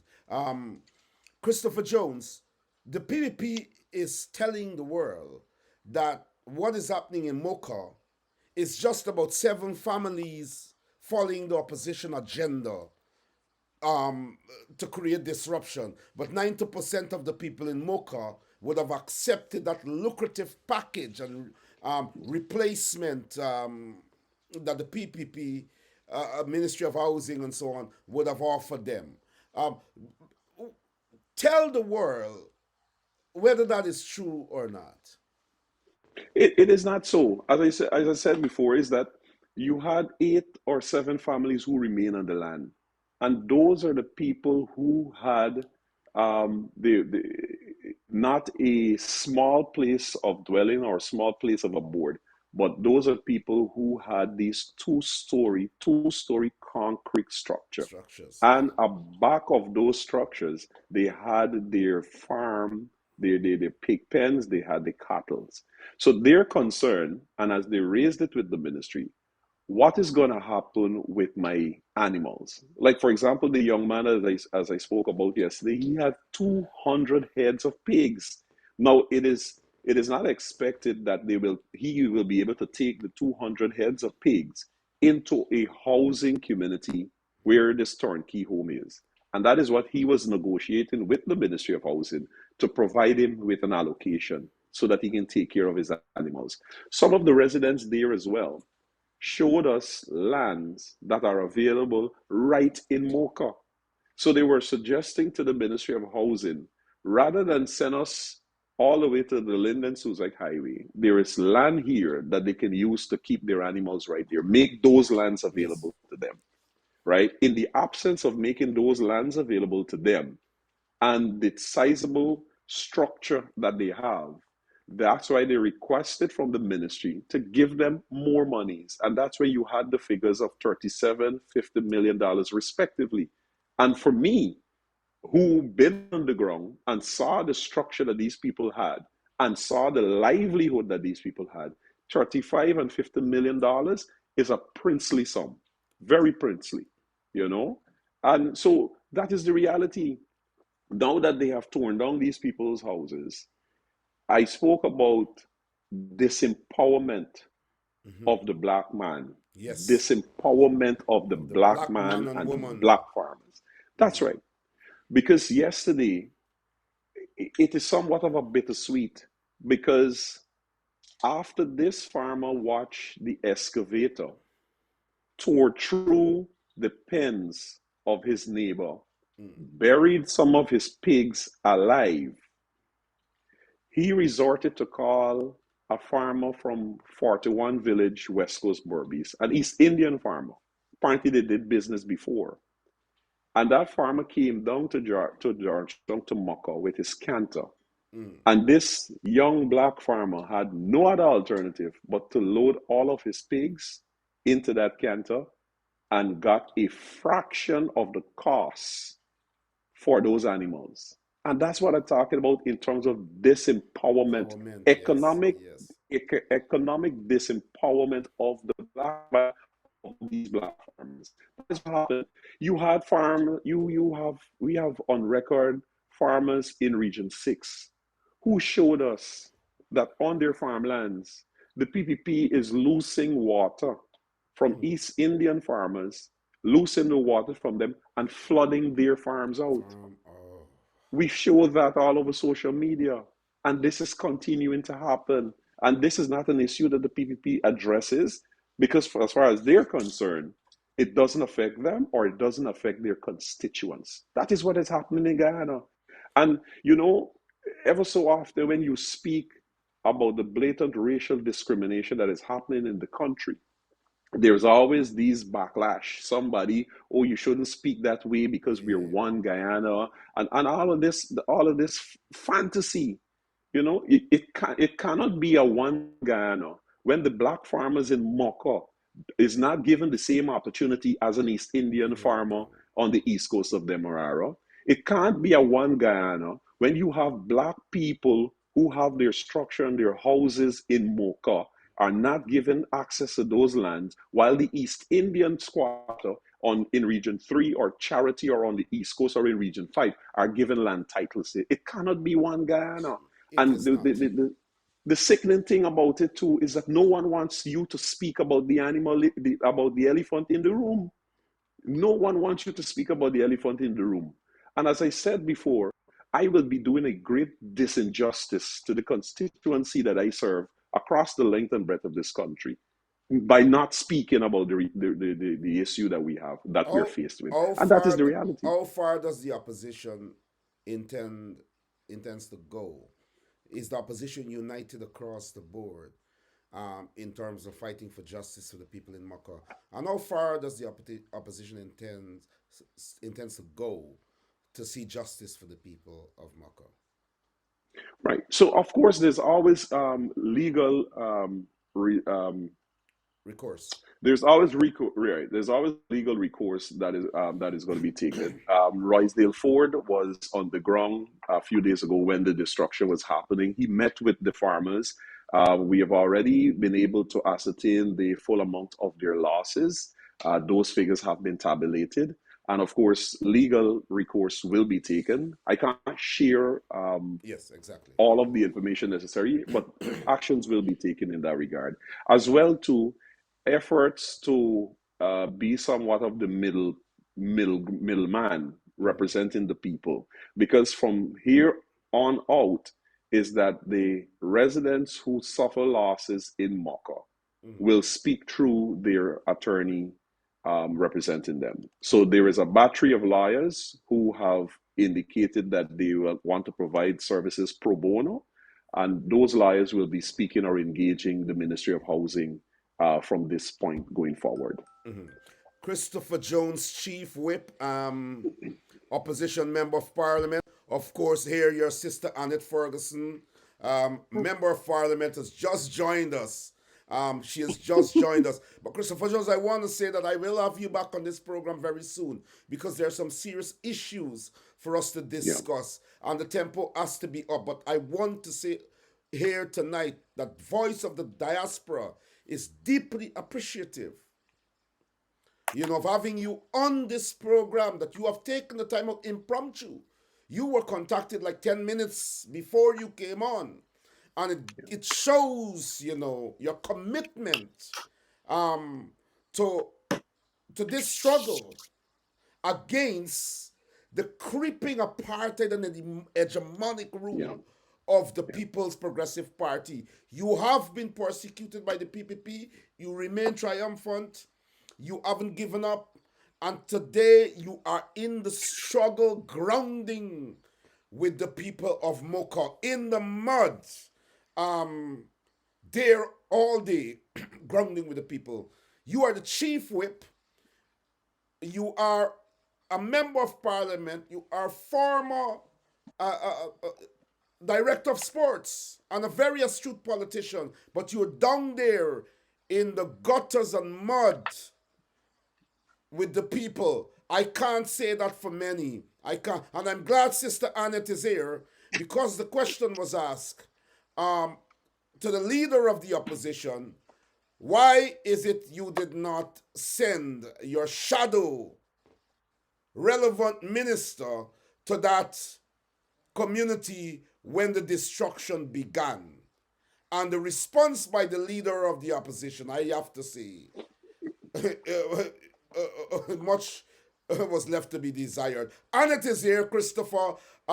You're here. You know, when are you ready to go? You can go or you can stay and have a word with Annette here. But Annette Ferguson, have you been on the ground as shadow minister in that area of politics? Um, Before I respond to your question, Norman, I know it's my first appearance on Voice of the It's Diaspora. not your fault. Uh, no. First, no. Allow me to continue. First for 2023. Oh, So yes, yes. yes. So let Go me ahead. take this opportunity to extend best wishes to you Thank you as very the much. host of this program. Same I to you. wish you all success, good health, Thank you. prosperity for 2023, and also to your your astute audience. Let me also take this opportunity in extending best wishes to them and their families for a prosperous 2023. Good evening, Chris, and I'm happy to be here to share the platform with you. Norman, to answer your question directly, I will say no, I was not underground for obvious reasons. What are I those a- I obvious actually reasons? I actually contracted the flu over Okay. the past couple Sorry to of hear that. days. So yes, I was trying to, keep myself away from the public, So but I was following what was happening out there in Mocha via the social media platform. Mm, And if you're to ask me what is my reaction, to be honest with you, Norman, there's so many adjectives that I can use to yes. describe what really transpired out there.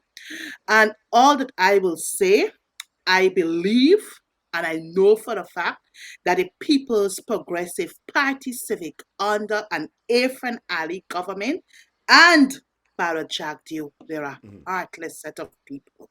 They have no heart, they have no love, they have no compassion, neither they have no respect for Guyanese. But I like what I saw. I know my colleagues were out there rooting on behalf of the people. And, women led from the front, Front, yes. to stand their ground that you're disrupting our livelihoods. Livelihood. I mean, things could have been done differently, Norman. Look, I can share this with you. I worked out in the Ministry of Public Infrastructure. And we had a matter of fact, three major projects under that ministry. You had the West Coast Demerara Road expansion, which we inherited from the PPPC. We had the East Coast Road expansion. I think it was from Annandale. No, it was from Better Hope to Annandale with a further extension to Belfield. We also had the Sheriff Mandela Road expansion from Rupert Craig Highway way up to DSL Third on the East Bank corridor here. And I can tell you, Norman, the last project I referred to, which is the Sheriff Mandela, that was an IDB funded project. And along the Sheriff Street Mandela into Mandela, you had businesses encumbering in line with the road project. And what I saw played out in Mocha, the Ministry of Public Works or Public Infrastructure under David Granger led administration, we did not exercise the kind of attitude towards our people. We didn't treat our people as animals, as though they're animals. What we did, we engaged them. The grill, I think you had Big Daddy who had a tire shop out there on Mandela. We called them in. We said, look, we need 10 feet more to widen the eastern corridor on Mandela Avenue. And those people cooperated. We didn't move in there with bulldozers. We didn't move in there with policemen. We didn't move in there with workers from the Ministry of Public Works or other agencies to bulldoze and to treat those people inhumanely. No, today the project is a success. The same people who we engage, those same persons are currently continuing their businesses. That is what a caring government is. You engage, you consult, you cooperate, you discuss how we can deal with things differently. Not that high handed and bullyism approach we saw played out in Mocha last week. But that's deliberate. It's racist also. They are not doing that to Indians in Guyana. They're helping them. My question once again to you: you are shadow minister in that area. I know Nima. Nima, I've just asked Christopher. You've Nima Flubes has just joined the program. I've just asked Christopher to send you the link, or if Annette can send you the link, so you can call in. That would be great. You're welcome to come on and to give your view. Annette, you had the flu. That is great. You know that is accepted for you not being present there. Um, but were you called by the party to say this is happening in Mocha as the shadow minister in that area? Um, were you called by anyone to say there's a situation happening? Um, could you pop down? Could you lend your expertise? Were you? Well, I besides Nima was the only person who reached out to me to let me know exactly what was happening out in Mocha. I think even the night before, the police actually went into the area. I did call her after seeing a message in a group that I'm in to find out what is really happening and Mm-hmm. to let her know that I may not be able to come at that hour of the night, Mm-hmm. right? Mm-hmm. So Mm-hmm. beside Nima was the only person who really reached out to me to inform me what was actually happening out in the Mocha area. Oh, But she's only. apart from all, but apart from every other thing else, I basically, was following the live programs carried by the coalition and also Nima of herself on the issue out there in Mocha. Christopher Jones, we saw Nima flew best on the ground there, and I think that she's a very strong MP. But this situation has made the world look up and recognize her in a way that they would not have recognized her before. She is a Socratic gadfly in this struggle. In my opinion, she has demonstrated a sort of leadership in this situation that brings pores up on my skin, and I am sure other people's skin. She is Yep. barefooted on the ground there. She's challenging the dictatorship. She's grounding with the people. She's standing fearlessly, standing up to the police, and she's exposing this aspect of racism in 2023 that must Yeah. not go unnoticed or unchecked. Yeah. She's been exposed now, and I hope she can come on briefly. You walked with her. What was the emotion you felt Mhm. with your colleagues when you were on the ground there, Nima and others? What was the emotion? Right. So, indeed, Norman. So let me just share, for the benefit of your viewers, a little bit of Nemo flu best because when Nemo came into office as a member of parliament, for a lot of people, it was the first time hearing about a Nemo flu best, and they had no idea in some cases who she was. Having been a member of the PNC for, I think this year is going to mark my 25th year. Yes. I've had many years experience working with Nemo. Nemo is one of the politician who you would dub as a ground worker. Nemo is always on the ground. In fact, the constituency of the East Bank Demerara, you have Nemo would literally be in villages like Tamiri, Soosdijk, supply and whatnot, almost on a daily basis. Basis. Um, right, but those information is not shared. It's not in the public domain. But if you go in any of those villages, the residents there will tell you that, oh, they had a problem with the road, they had a problem with drainage or irrigation, and they reached out to Nima, quietly did what she had to do, and so forth. So it's essentially after the becoming a member of parliament is then Nima Flew Best is becoming popular to other people around who've never heard about her. By virtue of being a resident in Mocha and, of course, a mother, Nima knows these individually personally. Yes. She knows them on a first name basis.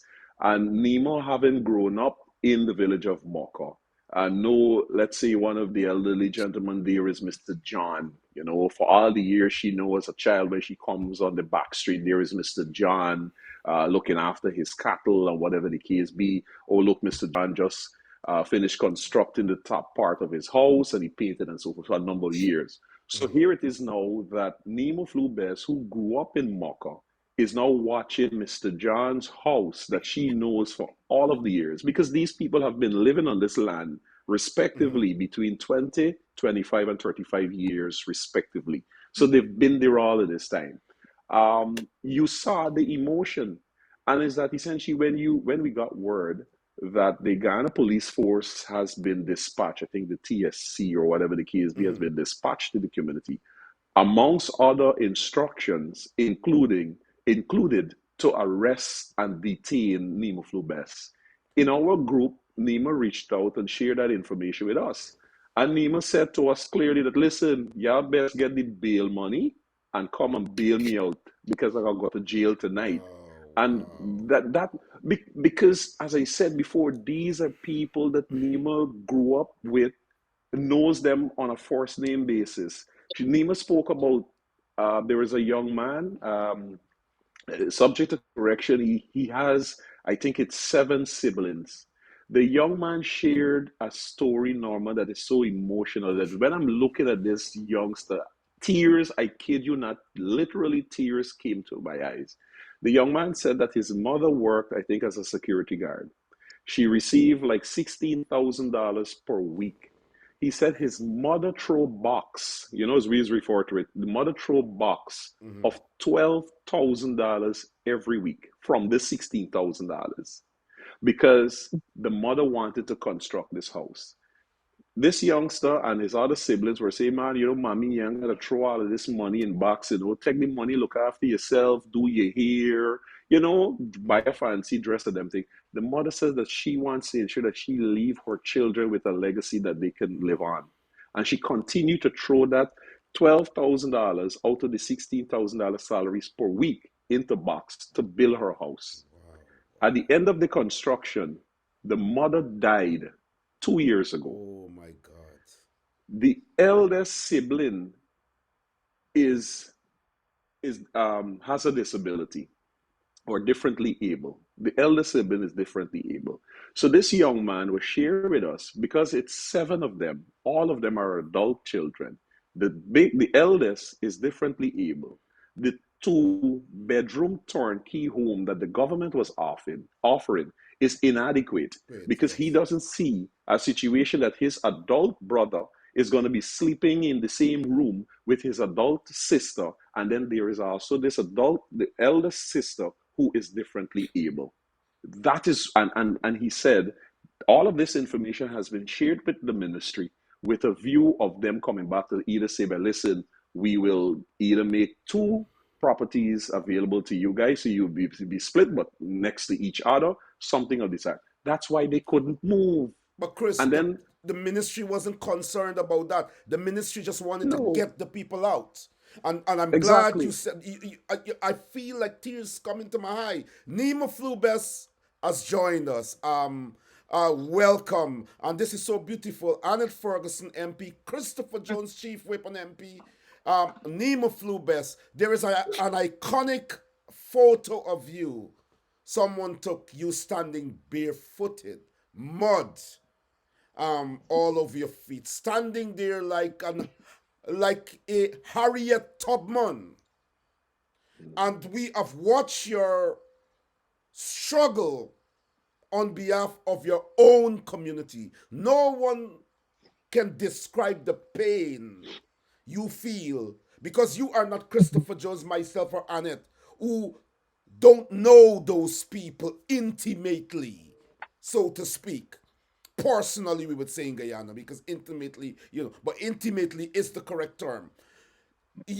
We don't know these people. We don't wake up in the morning and say, "Good morning, thing we are doing."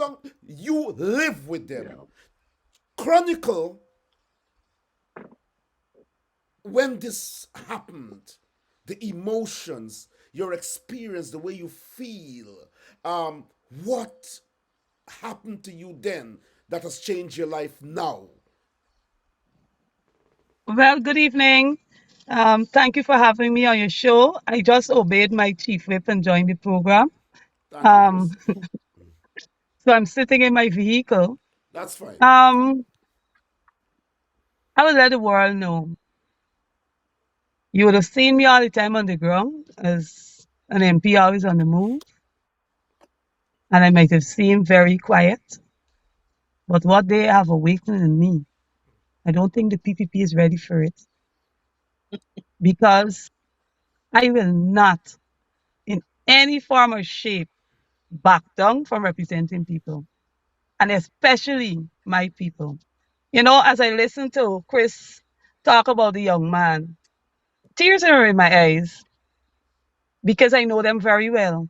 I know most of those people at the back there. Some of them I have taught at primary school, and I've always been in contact with them, encouraging them to do good in their lives. When they have the business, I've encouraged them. And they had to be, I wasn't an MP then, but as a resident in this community who work with the people all the time, I've encouraged them to do good, to keep themselves gainfully occupied and employed. And what a joy it is for me. I used to go and sit over at Cane View and enjoy achar, cake, food, everything. You know, even today and yesterday, I was out all day because of these people. All day. Really, rarely spend any time with my family in the house. But even as I'm out there, guess what? They're finding things to cook for me to eat. Wow.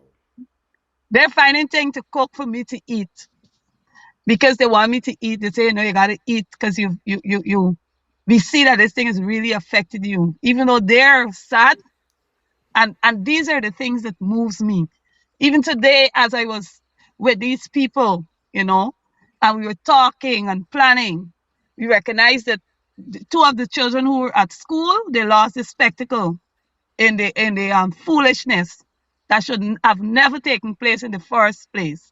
So right away, I start working to try to get them the spectacle by tomorrow. They can go and have the spectacles back because they're having problem with the sight, Sight, and I would yes. like to see them go back to school. And then when I find out, they said, you people have your school clothes and so in order. No, it's not in order. But we're going to do what we have to do to ensure that our children are educated. It's not just attacking by taking away everything. You're affecting all areas of their lives. Yes. Psychologically, they're Yes. affected. Yes. You know how much crying they do?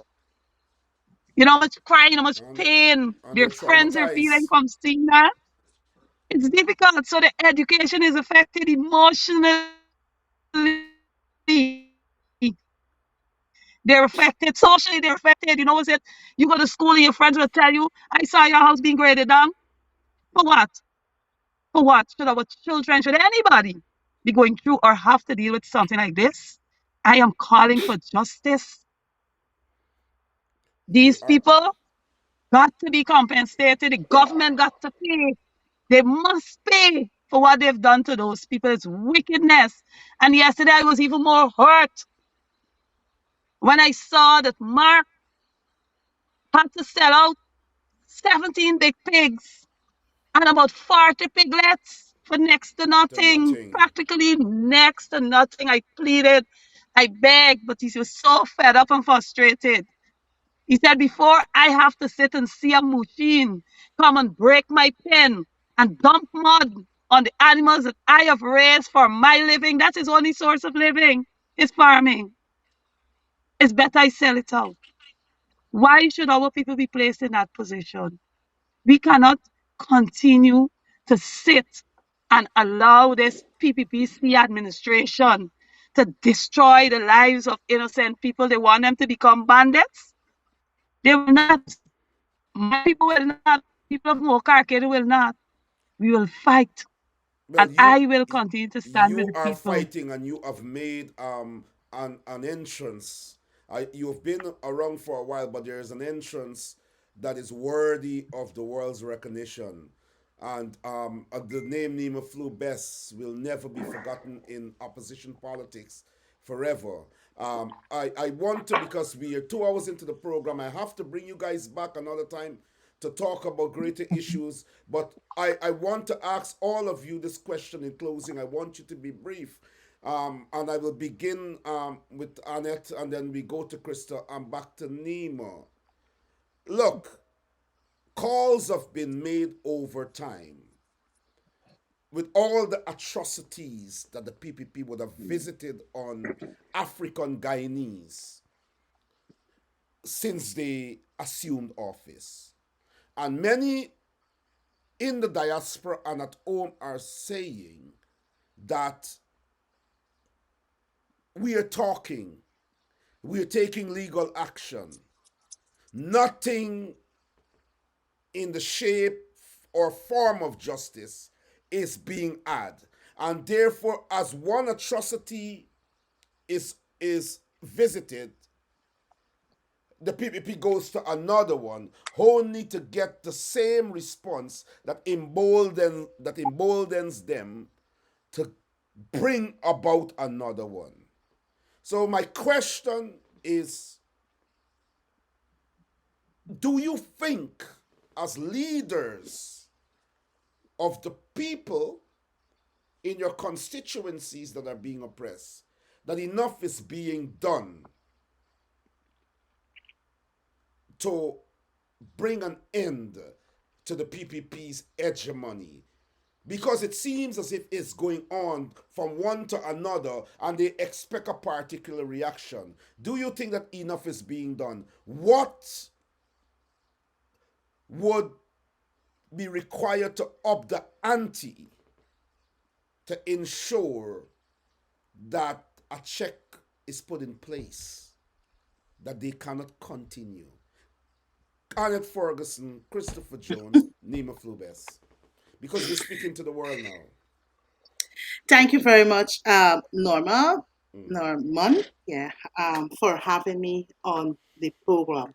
And in closing, to answer your question, whether enough is being done by the opposition to hold this runaway train, this out of place regime in order. Look, Norman, there are many courses that we can use. One such course is the court. And you've seen our successes led from the front by Roysdale, Arlington Ford, SC, and MP. He has been fighting and winning cases of injustices meted out by our people in the court. Norman, I do believe, and I guess you would recall the incident that occurred on December 29th, 2021, with regards to the Natural Resource Fund bill that they brought in the National Assembly. Yes, we stood up.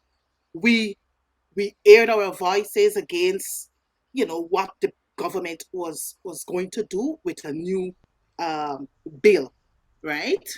You saw the actions that they took against us as MPs, but we stood up against them.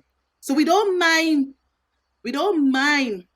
the actions, the injustices that they would have meted out to us, because at the end of the day, history would record us that we fought for righteousness. Norman, your listeners and viewers, indeed, this government has done a whole lot against African Guyanese, predominantly, since they took the reins of government.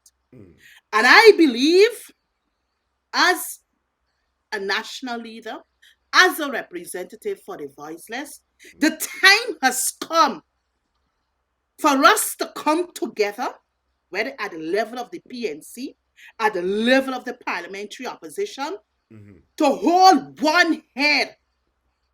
We must be able to different methods.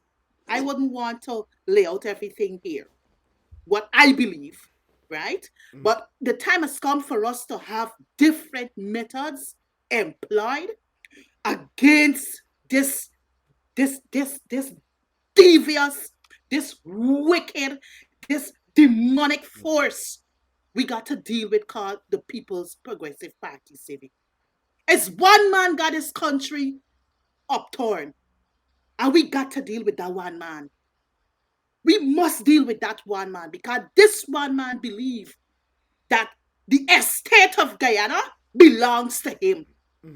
But the estate of Guyana, it belongs to you, Barrett Jack Dio. It belongs to the people of Guyana.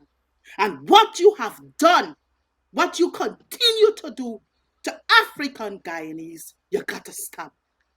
So, Norman, I will say the time has come. We're in a new year.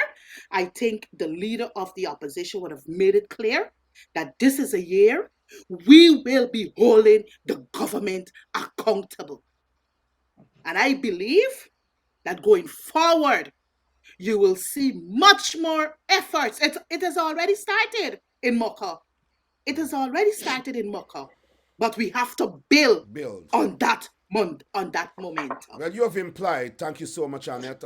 I have to mention quickly before I go to Christopher and Nemo. I have to mention quickly that I have seen over the past few weeks that you have upped the ante in your public struggle. The things you're doing at a national level, your articles and everything that you're doing is showing a presence I have never seen before. And therefore, I want to commend you on that. We can't go wrong if the party, but you have implied that the party needs to unite. With that you've said the party needs to unite, and you're implying that it's not a united front there. But we will deal with that at on the next program. Christopher Jones and then Nima Fubes, and we have to go 2 hours, 16 minutes into the program. Thank you very much, Norman. I would want to say that the fact that we're being able to voice the situation that we currently have in Guyana on programs like yours, in which people in the United Kingdom are having an opportunity to see and hear what is happening in Guyana. Similarly, like what is happening, the work that Rickford Burke and Mark Benchcap are doing there in the United States, and of course those in Canada. It is important that we continue to inform the international community of the atrocities that are being meted out to Guyanese here. One in the diaspora would ask the question, why aren't the streets of Georgetown filled with people protesting their legitimate discontent with the People's Progressive Party Civic? And the answer is very simple. And Norman, you would know, the People's Progressive Party Civic rules by fear and intimidation. Those in the public service, they know that if they speak out about what is happening to them, they can lose their jobs. You have contractors who have contracts with this government. They know if they speak up, they will lose their contract. You have East Indian Guyanese who do not support what the People's Progressive Party Civic is doing, but they know if they speak up, the government is going to come after them.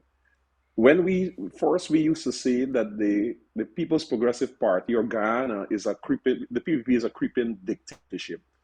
We have since moved beyond that. We are living full blown. This is a dictatorship. That is what we have in Guyana. And history has shown that where you have oppressive regimes and dictatorial regimes like the People's Progressive Party Civic, it is hard for the general public to come out and voice their legitimate discontent.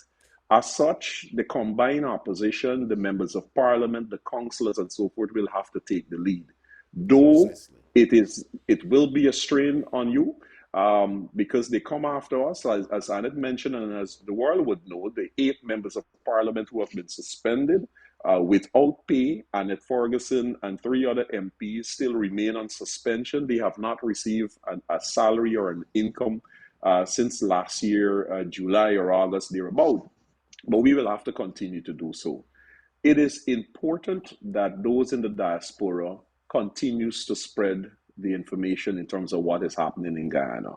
It is only so much that one can do, but a collective and combined opposition and support from people there, we will be able to achieve the ultimate objective. They are. Go ahead. Go ahead, no, Chris. Go ahead. Go ahead. Go, I'm not going to cut you. Right. They are those civil society leaders as well. They wouldn't publicly come out and condemn what is happening in Guyana, but privately they will speak to you because they too are fearful of what the People's Progressive Party Civic But will let do me to ask them. you this question quickly. Many people are fearful, not because of what the PPP can do to them, but because of what the opposition is failing to do for them. We need to understand that. People are afraid to stand up as human nature requires, to stand up for justice and right. That's human nature anyway on this planet. Mhm. People have become afraid because they know that the monster that they are faced with does not have a nemesis that will push it back on their behalf. And that is very important. In the police force, I've been told that they are members of the Guyana police force that despise the PPP, that knows what is happening in the police force is wrong. But they believe that the representatives in the opposition, if they were to stand up against the few that are being used to oppress their own, that they would face victimization and eventual removal completely. Because if they stand up, the vanguard will not come out by any means necessary. You say justice must be had, and I want us to understand that. But we'll discuss that on a different program when we're talking about the opposition and what should be done and so on. Christopher Jones, you were making a point before I go to Nemo. Right. So no, I would just say to you that indeed, on a subsequent program we can deal with that particular matter in depth. Yes. But I know for certain, as we would have seen recently when you had the shooting to death of the young man from the village of Golden Grove, that you saw the people came out in their numbers and they protested. And if warranted, it could have gone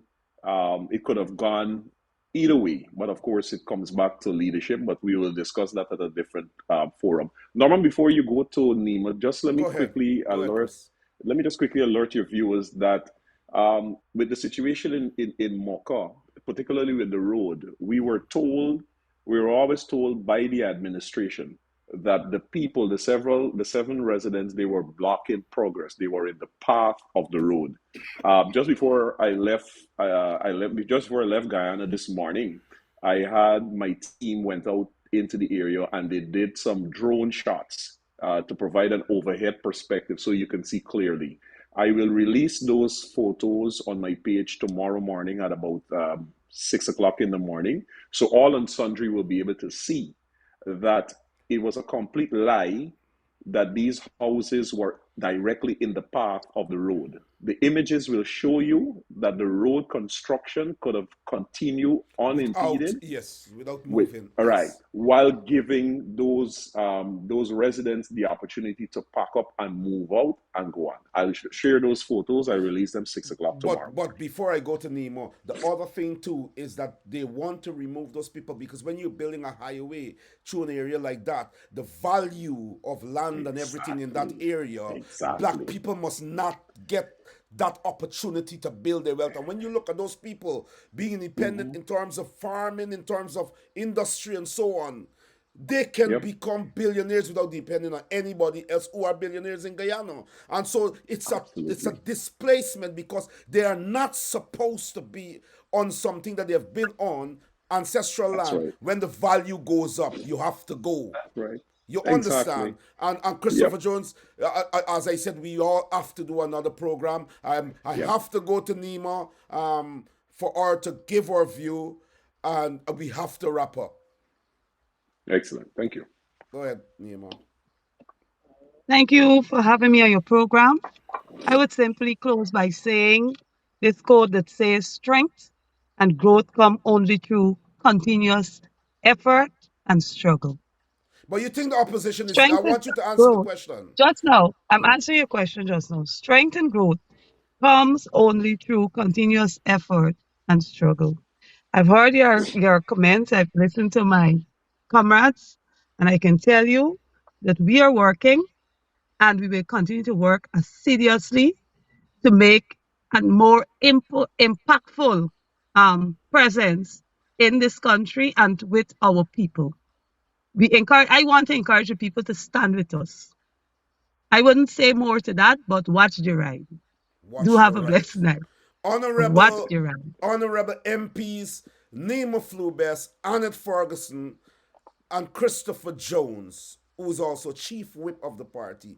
A very powerful position. I want to thank you very much for coming on this program at the shortest of notice. In 2023, I can feel there's some amount of change and some amount of unity in this struggle. And you don't know how appreciative I am of your presence here, Christopher Jones. Um, I am really moved and touched by your presence, and I hope that we will work together to push the narrative of change by any means necessary. Your position is a powerful position. It's time for us to unite. It's time for us to have our differences, but to unite on purposes that will benefit the party and our people and Guyana as a whole. Annette Ferguson, Honorable MP, recover quickly from the flu, and then you can join Miss Flu in Mocha. That's a nice But one too. I want to thank you guys. It shows, it touches me because I didn't contacted you a day before, 2 days before anything. It is a last minute, and it shows your commitment, and it is touching. Voice of the Diaspora will continue this fight, and I want us to work together. I really want us to work together in the party, regardless of the faction. And so I want to say once again to the viewers that we will continue this struggle. And thank you once again for being here on Voice of the Diaspora. Most Welcome. welcome, Norman. Bye-bye. Take care.